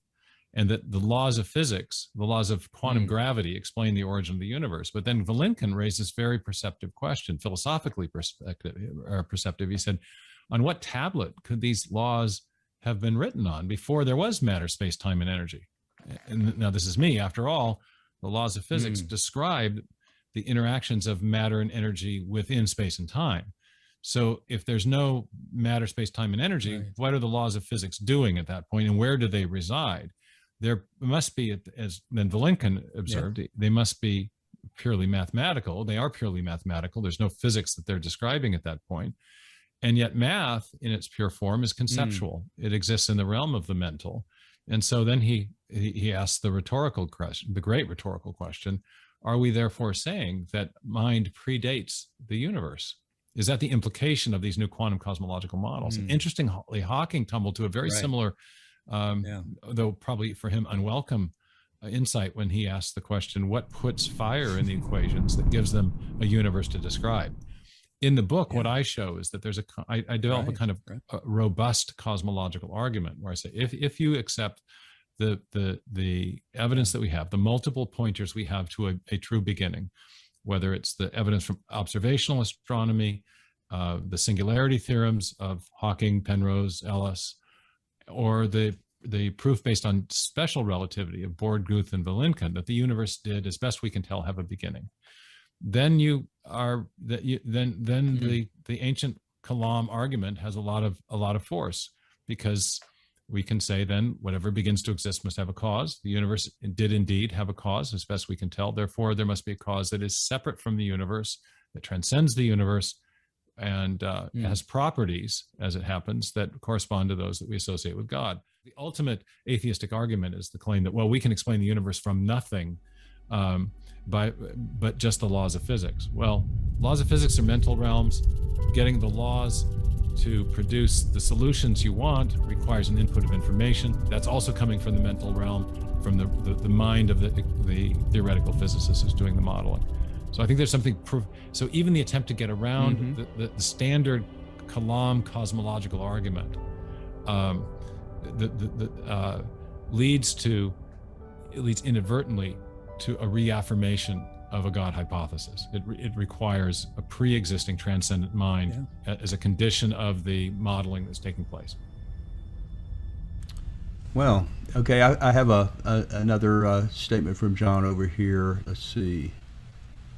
Well, actually, Ken Daniels, he's recommending a website from Premier Christian Radio, which is unbelievable, with Justin Brierley. And he says the most interesting or fascinating discussion on the origin of life I've come across. And those of you who are online right now, you might want to make a copy of that lengthy URL and see if you can find that. So there was actually a second episode on the same subject. They invited the main guy, Lee Cronin. They invited him back for a second discussion. This time with a Christian professor at Rice University. It's John, I forget his name, Tor or something. But anyway, both discussions are very fascinating. So if you find one, you can find the other one. But basically, he believes he's ready to claim the prize, a $10 million prize put out by Perry Marshall of Evolution 2.0 to set up a process that would naturalistically emulate the origin of life. And in this case, it's not, Cronin doesn't claim that it's the same origin of life that led to our lives, but it's a different medium. It's a salt-based solution that where crystals are growing and things are replicating and causing differential reproduction and so forth. So he feels like he's on the cusp of being able to claim the prize, even if it didn't lead to the same type of life that we know. But it fits the definition of life as something that reproduces, metabolizes, and changes over time. Yeah, to me, and I made, I think about a year and a half ago, I made this kind of parallel.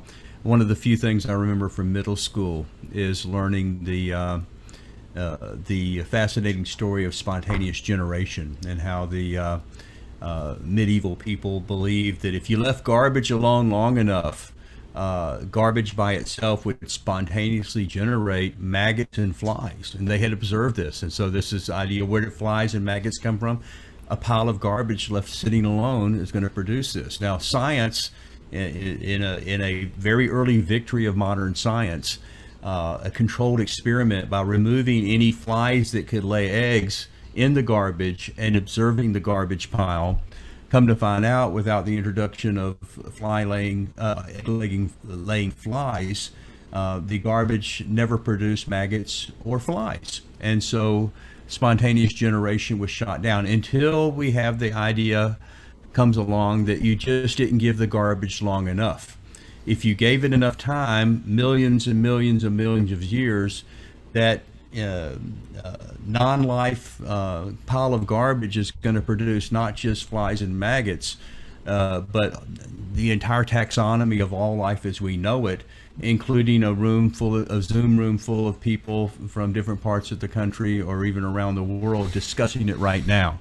So we just didn't give the garbage enough time. And so you have this idea, which seems to be almost a religious idea, that if you put enough faith in the twin gods of Chronos and Chaos, in other words, Chronos, time, give it enough time, and you give it enough randomness, that eventually, of course, we're going to have everything that we see right now. It's just a matter of time and chance. And James? To me, that's a matter of faith. Yeah, go ahead. I'd like to to get back to the book, but along the lines of what you're saying. Question just to kind of throw out there for anybody. We can talk about this. I don't really want to have I have an opinion, but I just want to have it more for discussion. In your book, if you have the book or Kindle, I think it's on page 176 or thereabouts, where he's discussing the lion cheetah. Bill brought this up at the beginning of our chat. And Dawkins talks about the cheetah claw, that there's a gene for the cheetah claw that makes the cheetah claw just a little bit longer. And then he goes on to, now I granted, I know this is just an analogy, but he goes on to explain that the cheetah claw is just a little bit longer, so he can go just a little bit faster. And what struck me in the analogy, what it seems to be this one-to-one causality of a gene that accounts for a longer claw or a faster cheetah, a single gene or a couple of genes or whatever you want to, however you want to cue that, the one-to-one causality from this gene to this behavior. And it seemed to be along the lines of a very simplistic materialistic reduction idea that there's a gene for the behavior. There's a gene for, so I'm not denying that genes don't code for behavior or characteristics, physical characteristics like claws and your ability to run or whatever. But to extrapolate, it seemed like somewhat of an ad hoc to extrapolate that the claw and the gene for the claw is a fundamental reason for the speed of the cheetah, and the speed of the cheetah enables the cheetah to survive, and so its offspring will have longer claws and faster legs. But that cyclical explanation of I got a longer claw, I'm going to go faster, I'm going to live longer, it just seems to be cyclical. Well, what is the gene for the longer claw? Well, you go back to he doesn't get into the details of the protein codes for the claws and the running faster and where those came from. He just says, well, they're going to survive because they have better claws and faster ability, and their offspring are going to survive because they got better claws and they're faster. But that doesn't explain the genetics at all. It just kind of is a circular way of promulgating the survival of the cheetah species. So I know this is a concept in evolution, but anyway, in light of the explanation in the book, I just found it kind of wanting. I don't know if anybody wants to offer their thoughts on that. You're right, it's a simplistic analogy, and that's all it was intended to be, I think. I mean, there's variation in all of nature. Some of us are taller and shorter, and those are caused by variations in genes, ultimately. Yeah, and it just seems like you're kind of looking back, though, and saying, well, I'm here because I'm bald, or I'm here because I'm fast, or I'm here because I got sharp claws. It looks kind of like a reverse ad hoc that you're adding on, well, I'm here, so there must be a reason. It must be my big muscles or something, where I don't think that we really have that genetic information to give us that kind of specificity. That's my point, better clarified, I think. So just following up on this book, and we try to pair books that will kind of speak to the same issues. So we're, of course, looking at an atheist book with Richard Dawkins today. So what we want to do next month, which is going to be July 1st, we're going to talk about the book, Does God Exist? A Historical Answer to the Question. This is by David Beck, who's a colleague, along with Gary Habermas, who's been one of our authors several times in our Atheist Christian Book Club. And David Beck has his PhD from Boston University. He's an emeritus professor of philosophy at Liberty University. He's the author of the book that we're going to be looking at, Does God Exist? It's a historical overview, how the church has addressed and fine-tuned its answer to that question basically throughout church history. He's also co-editor of Raised on the Third Day, defending the historicity of the resurrection of Jesus. His written works also appear in publications including Philosophica Christi, the Journal of Evangelical Theological Society, and Christianity Today magazine as well. So we already confirmed to have Dr. Beck with us on July 1st. That's going to be the next book club. If you guys want to go ahead and get the book and start reading up on that, I think we're going to have a great book club. James, you want to mention the podcasts? We went through. I interviewed Dr. Beck, and that's kind of how we got the book club. We talked about 3 of the 4 sections in the book. So we covered 3 of the 4 main arguments. We covered the moral, cosmological, and one other one I think we left out. I forgot. We covered 3 of the 4 main arguments in the book, and so they're on our Apologetics Profile podcast, and you can get a nice overview and a rundown. So watchman.org/podcast. Mm-hmm. Mm-hmm. And so if you are in a press for time and you want to get a quick overview of the book, those are great. And Dave's very congenial, very nice guy. Very much reminded me of Gary Habermas talking to him. Very nice guy. You'll enjoy having David with us next month. Bill, what were your thoughts on? Did we help rescue the problems that came up in reading the Outgrowing God book? Did we? Well, Daniel, natural selection isn't all it's cracked up to be. If you read the zoology journals, there's problems. This is very tough. Just like whale evolution, you have Pakicetus, this little looks like a calf, somehow becomes Ambulocetus, and then somehow ends up as a whale. How do you go from breathing air and not being able to be underwater for a few minutes to living underwater? There's problems upon problems, and I want those. And hopefully, Richard said he would answer our questions. Hopefully he'll answer those, and I really appreciate him doing that and getting back to us. And of course, Ken, you weren't here, but I found my great-great-grandfather, the fish, above me. So it was. Hey. It was I was adopted. I don't know if you knew that, but it's very encouraging that Richard, he says we came from a fish. So don't worry about the chimpanzees and all that, our common ancestor. We actually go all the way back to a fish. So that's very refreshing.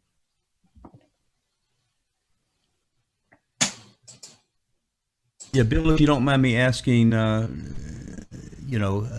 guess a somewhat personal question, but you seem like that you're not, a nice way of saying it, I think, you're not fully satisfied by some of the arguments in Outgrowing God. But nevertheless, you did outgrow God. You had a Christian background.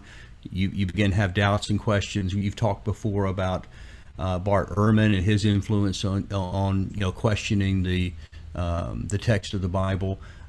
But as you're talking about this complexity issue, intelligent design, what looks to be evidence for an intelligent designer, obviously you're still atheist. So how do you personally deal with this yourself? How do you wrestle with this? Well, I've been dealing with ever since I went to Providence Baptist in North Carolina, in Raleigh, North Carolina. We had a creation evolution class, and that's what got me into apologetics in the first place. And these guys were hardcore 6,000-year guys who believed in Noah's flood and six-day creation. But then I discovered Hugh Ross, that you could become a progressive creationist. And you can believe in the science consensus of millions of years. You can believe in biologos. You can believe in evolution and so forth. So the evidence is terribly complex. This is, I was talking to Daniel today. You've got to know Hebrew, Greek, paleontology, chemistry, biology, evolutionary biology, physics, cosmology. It is so complex, and that's what makes this club fascinating. What makes this whole area of apologetic, it's never boring, because it is so many fields that you have, and nobody has the time to get PhDs in all these fields.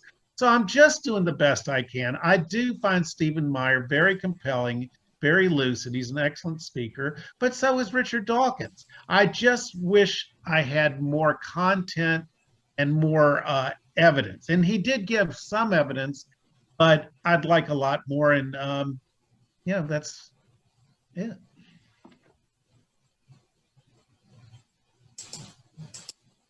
So is the jury still out? Well, absolutely. I'm not going to go jump into something like I did with Christianity, where I had only the Christian representative. I didn't have a Muslim or a Buddhist or secular. There was no atheists, when I was around. It was all Christians. And so I'm going to try to fight my biases. And, as you know, here at the club, we all look at both sides. That's why we're doing this, right? I think so. I have John Hickey made a comment here. Guys, there are good explanations for evolution and refutations of intelligent design available online. You don't need to be mystified about these things. Biologos is good. Talk Origins is good. There are plenty more. So, and John, or for any of our viewers, especially when we deal with those issues a little bit more on the ID side, intelligent design, if we do are able to get Stephen Myers as a guest author and look at his book, The Return of the God Hypothesis, if you could help by suggesting some of the best websites or maybe some YouTube video, as well as what the opposite book should be. What is the best atheist answer to ID in general, or Stephen Meyer in particular. So we could kind of try to pair those up and go look for that author as well. We've got several other authors, by the way, and I want to announce them tonight that have already asked to be on the book club that we're trying to fit in. And I'm just always amazed and thankful for the number of both on the Christian side and the atheist side of well-known, well-respected, great writers who are willing to put some time to help us as a club to better understand what they're saying and to be able to consider both sides. And I think that's what I really like about the book club. I do see an attempt to not just set up a caricature and knock it down, not a straw man, but actually really understand what the people are saying that are not from our view. So Christians trying to understand better what the atheists are saying, atheists trying to understand better what the Christians are saying. And I think that is something that is James, I really like about the club. James, Terry, did you want to ask your question? You can certainly ask it if you want to. I saw your comment. If you wanted to ask your question about Richard, about the book.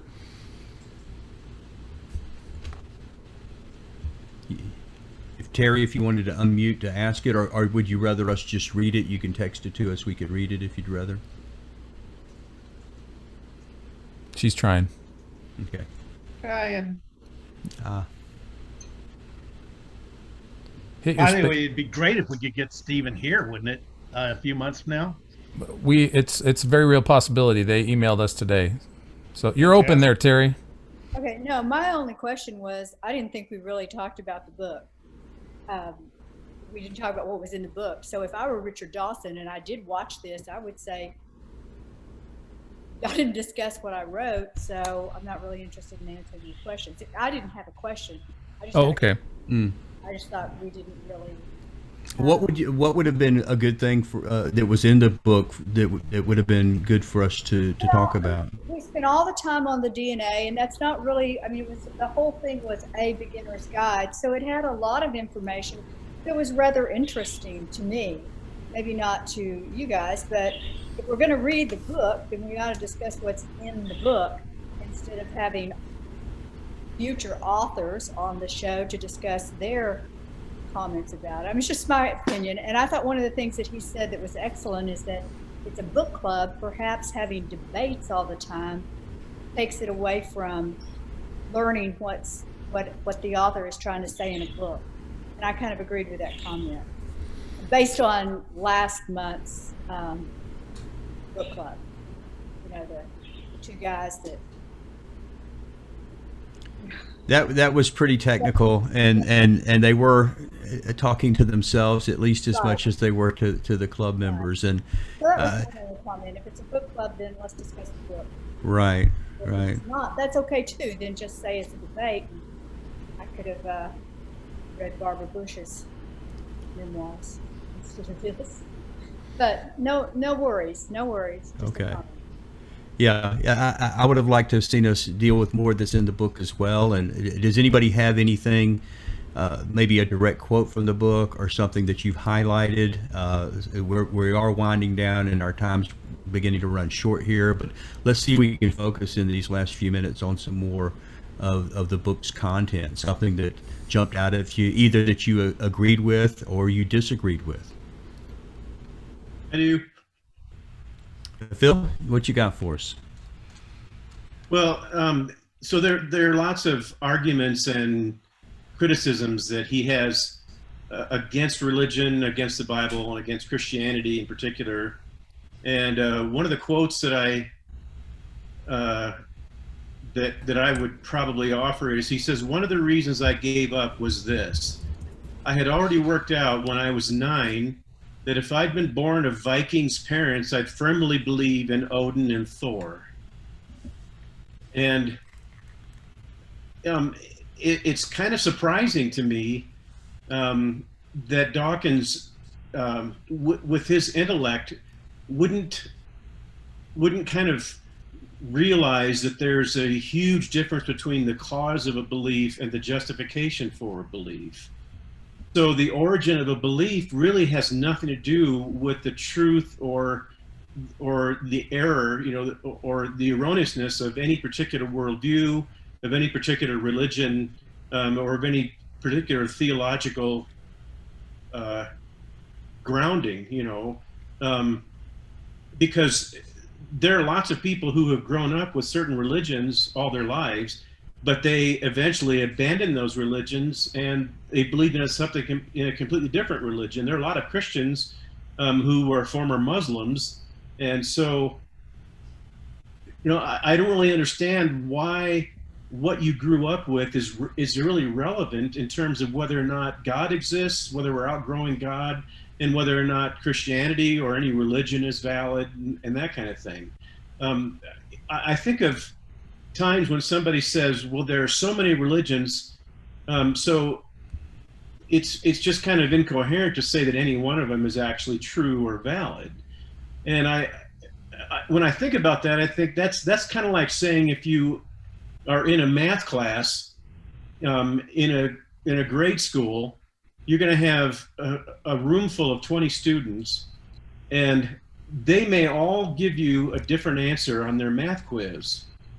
But it doesn't follow from that that there is no right answer in the math quiz.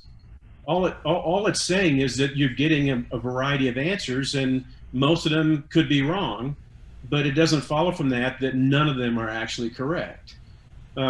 So that was a little bit perplexing for me. But the other thing that he does is he characterizes history and historical eyewitness testimony as though it's identical to the American game of telephone. So he says, telephone in America, you line up 10 people in a row, the first person whispers something, and might be a story to the second. And then by the time it gets to the 10th person, that it doesn't resemble anything close to what the original person whispered in the second person's ear. And so my immediate reaction to that was that that's not how history works at all. The way that history works is that you have one or two or five, you have multiple eyewitnesses of something. Those eyewitnesses tell one person, and the same eyewitness tells another person. So it's more like the spoke of a bicycle wheel than it is just a linear progression of somebody saying something and then dropping out of the picture, and then the next person saying something to the next person, and each time they disappear. That isn't even anywhere closely resembling what how historical eyewitness testimony works, and so that was very disappointing to me.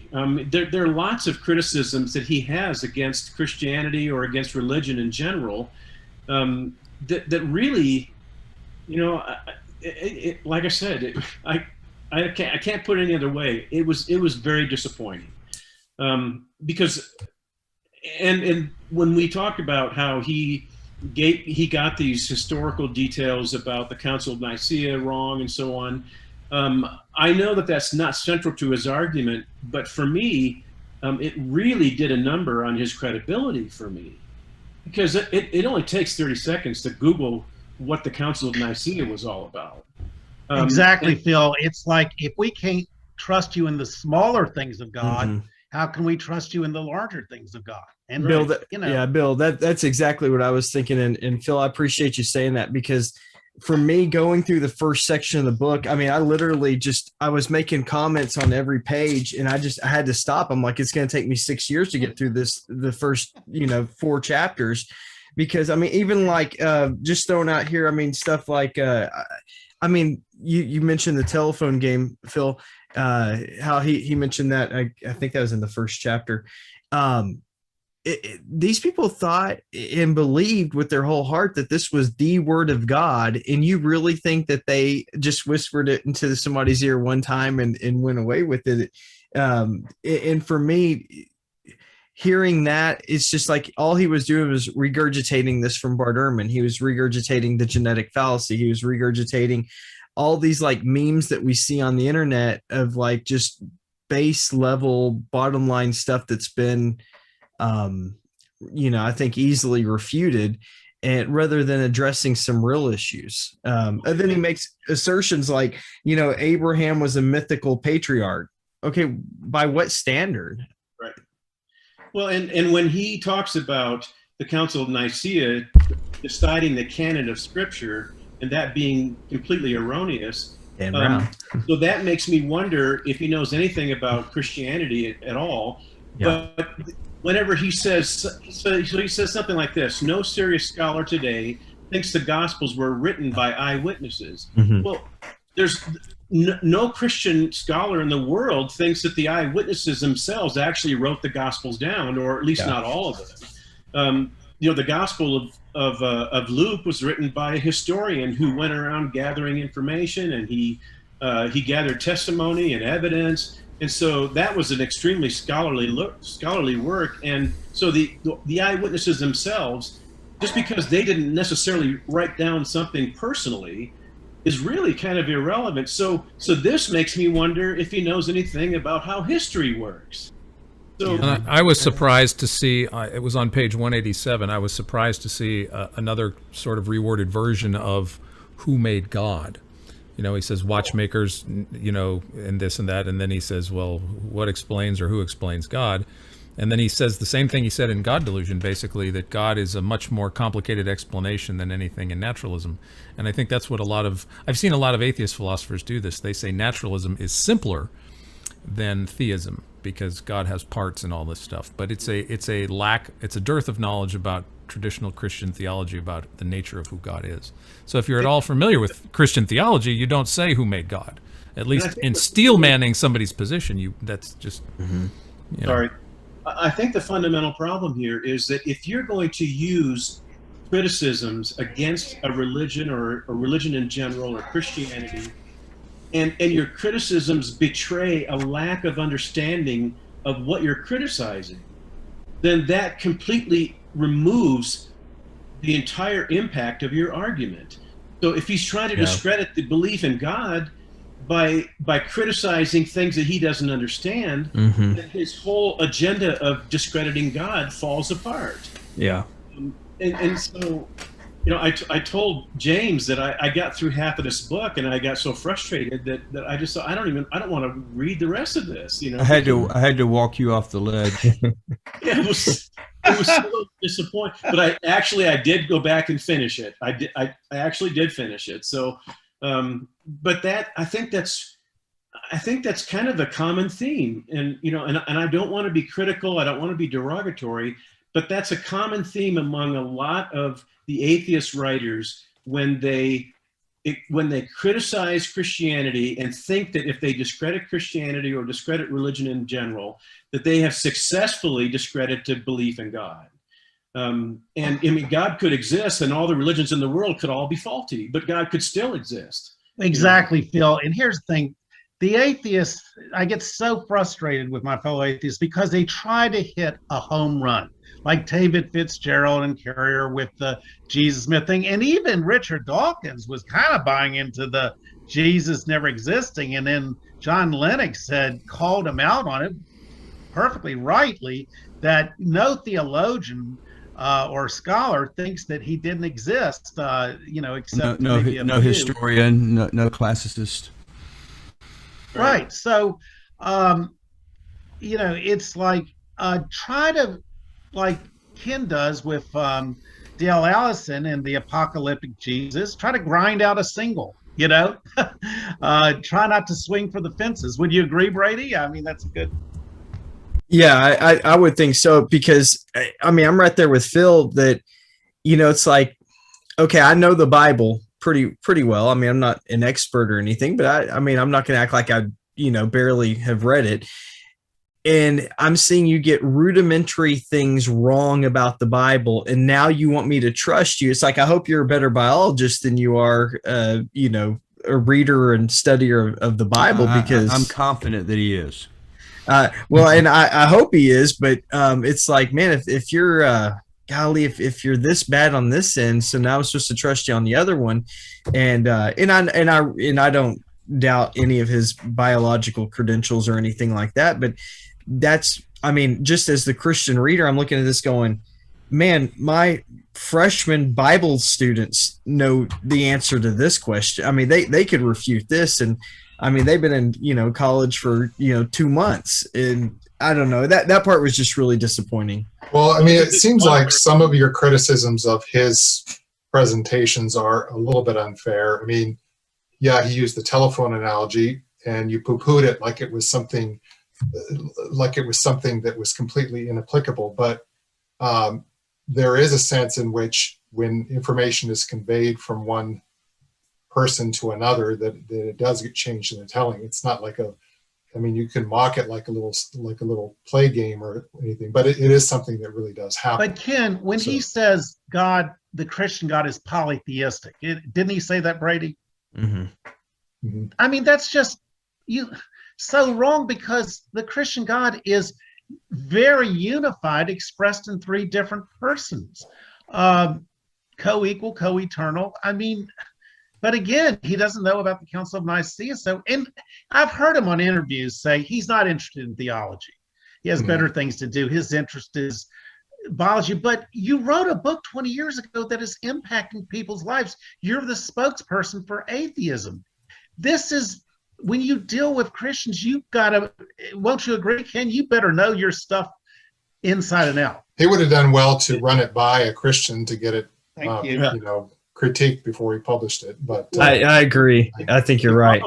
The problem with the telephone analogy is that if there is ever a case where some of the historical narratives deteriorate because they're being passed through multiple people, if they end up being faulty narratives, then there's always a historical corrective.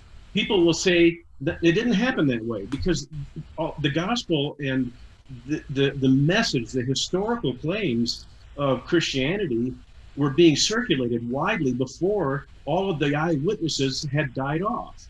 And so the fact that Dawkins is not aware of the principle of historical correctives, that he knows, or he should know, that you can't get away with disseminating historical claims if those historical claims are not accurate. You just simply can't get away with it. because people will come along and say, no, that's false. I was there and it didn't happen that way. And so, but the fact is that happens all the time, even if we look outside of on both sides, the origin of Christianity. I mean, you see internet memes pop up, and they I mean, there's not rooted in any sort of factual basis, but they still gain currency. People believe a lot of things without any historical basis. Along those lines, let me share a comment from John. This is John Hinkey. This is going to be the case for almost every popular level book about religion, theism, or Christianity. Lee Strobel and Frank Turek are painful for atheists to read for the very same reasons that Dawkins is painful for Christians to read. You are right. It is a frustrating fact that people, including myself, no doubt resonate with things that wouldn't pass the smell test among experts. So I think that was insightful. Well, and if you read the comment section on his book, there's like 1 million comments. The atheists, are like, oh my gosh, this is like the best thing ever. Did this come down from Mount Sinai? Richard Dawkins, telling us about Christianity. It's like, are you kidding me? No, it's not like come down from Mount Sinai. It has problems. Well, that said, though, yeah, I'm again trying to be fair and balanced on this a little bit. Aren't there a lot of, in some cases, very popular Christian books and Christian apologetics books that a lot of Christians in this room would read and kind of cringe? The same thing, man. I wish she didn't say it that way. I wish he had a better argument than that. And again, best-selling book doesn't mean best book. And so, but to some degree, to speak on a popular level, the audience that you're trying to reach, sometimes you talk more in generalities. And the Stephen Meyer book that was so difficult to read, you're in an airport and trying to read through all that data. Sometimes you take a shortcut and you just speak in generalities. You don't put the endnotes. You don't put the bibliography. You're just trying to make a general, off-the-cuff case. I think that happens on both sides. Would the Christians in the room agree with that? Yeah, I think so. And at the end of the day, you have to take anything that anybody might find painful, and you pretty much have to address it on a case-by-case basis. Because if we just generalize and say, oh, well, somebody found this painful and somebody found that painful, without providing examples of why they were painful and conducting really more of an in-depth analysis of what they are and what those issues are, it doesn't really accomplish very much to just make the general vague statement that, yeah, somebody found this painful. But, well, why did you find it painful? Let's talk about it. Let's kind of do a deep dive here and let's see whether or not that pain was justified. Mm-hmm. Yeah, I think you're right, Phil, because as our last 20 minutes or so in this book club has gone, I think it's probably more of maybe what the whole 2 hours should have been. And that's discussing specific points from the book that were problematic, I think definitely from a Christian perspective. I got more. Yeah, I do too. Hey, I have an idea for us on that, because I have a lot of highlighted areas and notes in my book, and I'm sure a lot of us do. We don't make a lot of use of that, but we have on Facebook, we have our Facebook Atheist Christian Book Club group page, but we also have a Friends of the Atheist Christian Book Club. And that's a place that we can continue this conversation on. Hey, I thought about something that I should have mentioned during the club, and we could expand this 2 hours discussion, and we could go a lot further and get into some of the things that, as soon as this club is over, there's going to be 10 things that I wish I had said. And I intended to say, but I never got around, or it wasn't the right time for it. So I want to encourage all of you, let's interact with, not just on book club night, but let's use the social media and other ways to carry on the conversation. I want to say thank you to all of you. If Richard Dawkins gets to hear this later, I want to say thank you for taking the time to personally respond by email to the club. For your willingness to look at things that if we do have questions about your book, and I want to say thank you for doing that for us. I want to encourage you guys to read the Dr. Beck's book for our July 1st book club as well. And just thank you for keeping the conversation civil. And we have plans to start meeting in person again sometime soon. That's a good question. If and when we do, I would like to try to keep the best of. So maybe we do it as a Zoom meeting combination with the meeting in person. Do you miss that? I miss those times where we get together and have a meal. I miss the food. Yeah. Me too, yeah, Ken. Exactly. Yeah. And there's nothing like being face to face. It is, and I think some of that friendship that we built in the face to face over those first 3 years is what's carrying us through right now. So we've not having any knockdown drag-outs. It's almost like this isn't even on the internet. It doesn't even sound like an internet discussion, and you know how those can devolve so quickly. So do we agree on everything? No, and I don't. If I came down for. What's that? Would you pay my travel expenses if I came down in person? I wouldn't. There's a room upstairs in the office. There's a bedroom. I was going to offer. We would not pay your travel expenses, perhaps, but you would be a special guest in the upper room, right on the premises of our 100-year-old office building in downtown Arlington, and I would give you a pound of coffee, which is the same deal I offered John Loftus if he would come. And there is there's a rainbow lighted shower head in the upstairs bathroom. It is fantastic. Well, let's not tell him all the secrets. Okay. Well, I don't know. I think that might kind of diminish my heterosexuality. No, it's I wasn't going there. It's just a reminder of the Noahic covenant, right? There you go. There you go. Way to go, Ken. That's it. You redeemed us there. You redeemed us. This is when you know Christianity, what you can do. Exactly. The bed is very comfortable. It's very nice up there. It's a wonderful. That's why we love sleep. Ken. We love Ken. I didn't hear what he said. And I am the resident chef. When we get back together, I'm the one that makes the food. So let's talk about that in the Friends of Atheist and Christian Book Club. When are we ready? How many of us have had our COVID shots or have become immune and for other reasons? Is it something that only a few of us want to do, or is it the whole group just itching for an in-person meeting again? So we'll talk about that. But I do like the fact that we have gotten out more geographically now. For some reason, although we were doing these in Facebook Live as well, we didn't get hardly any online participation in the club. It was all coming there for the in-person club members. So again, thanks so much, everybody. And until next month, have a great beginning of summer. Thank you.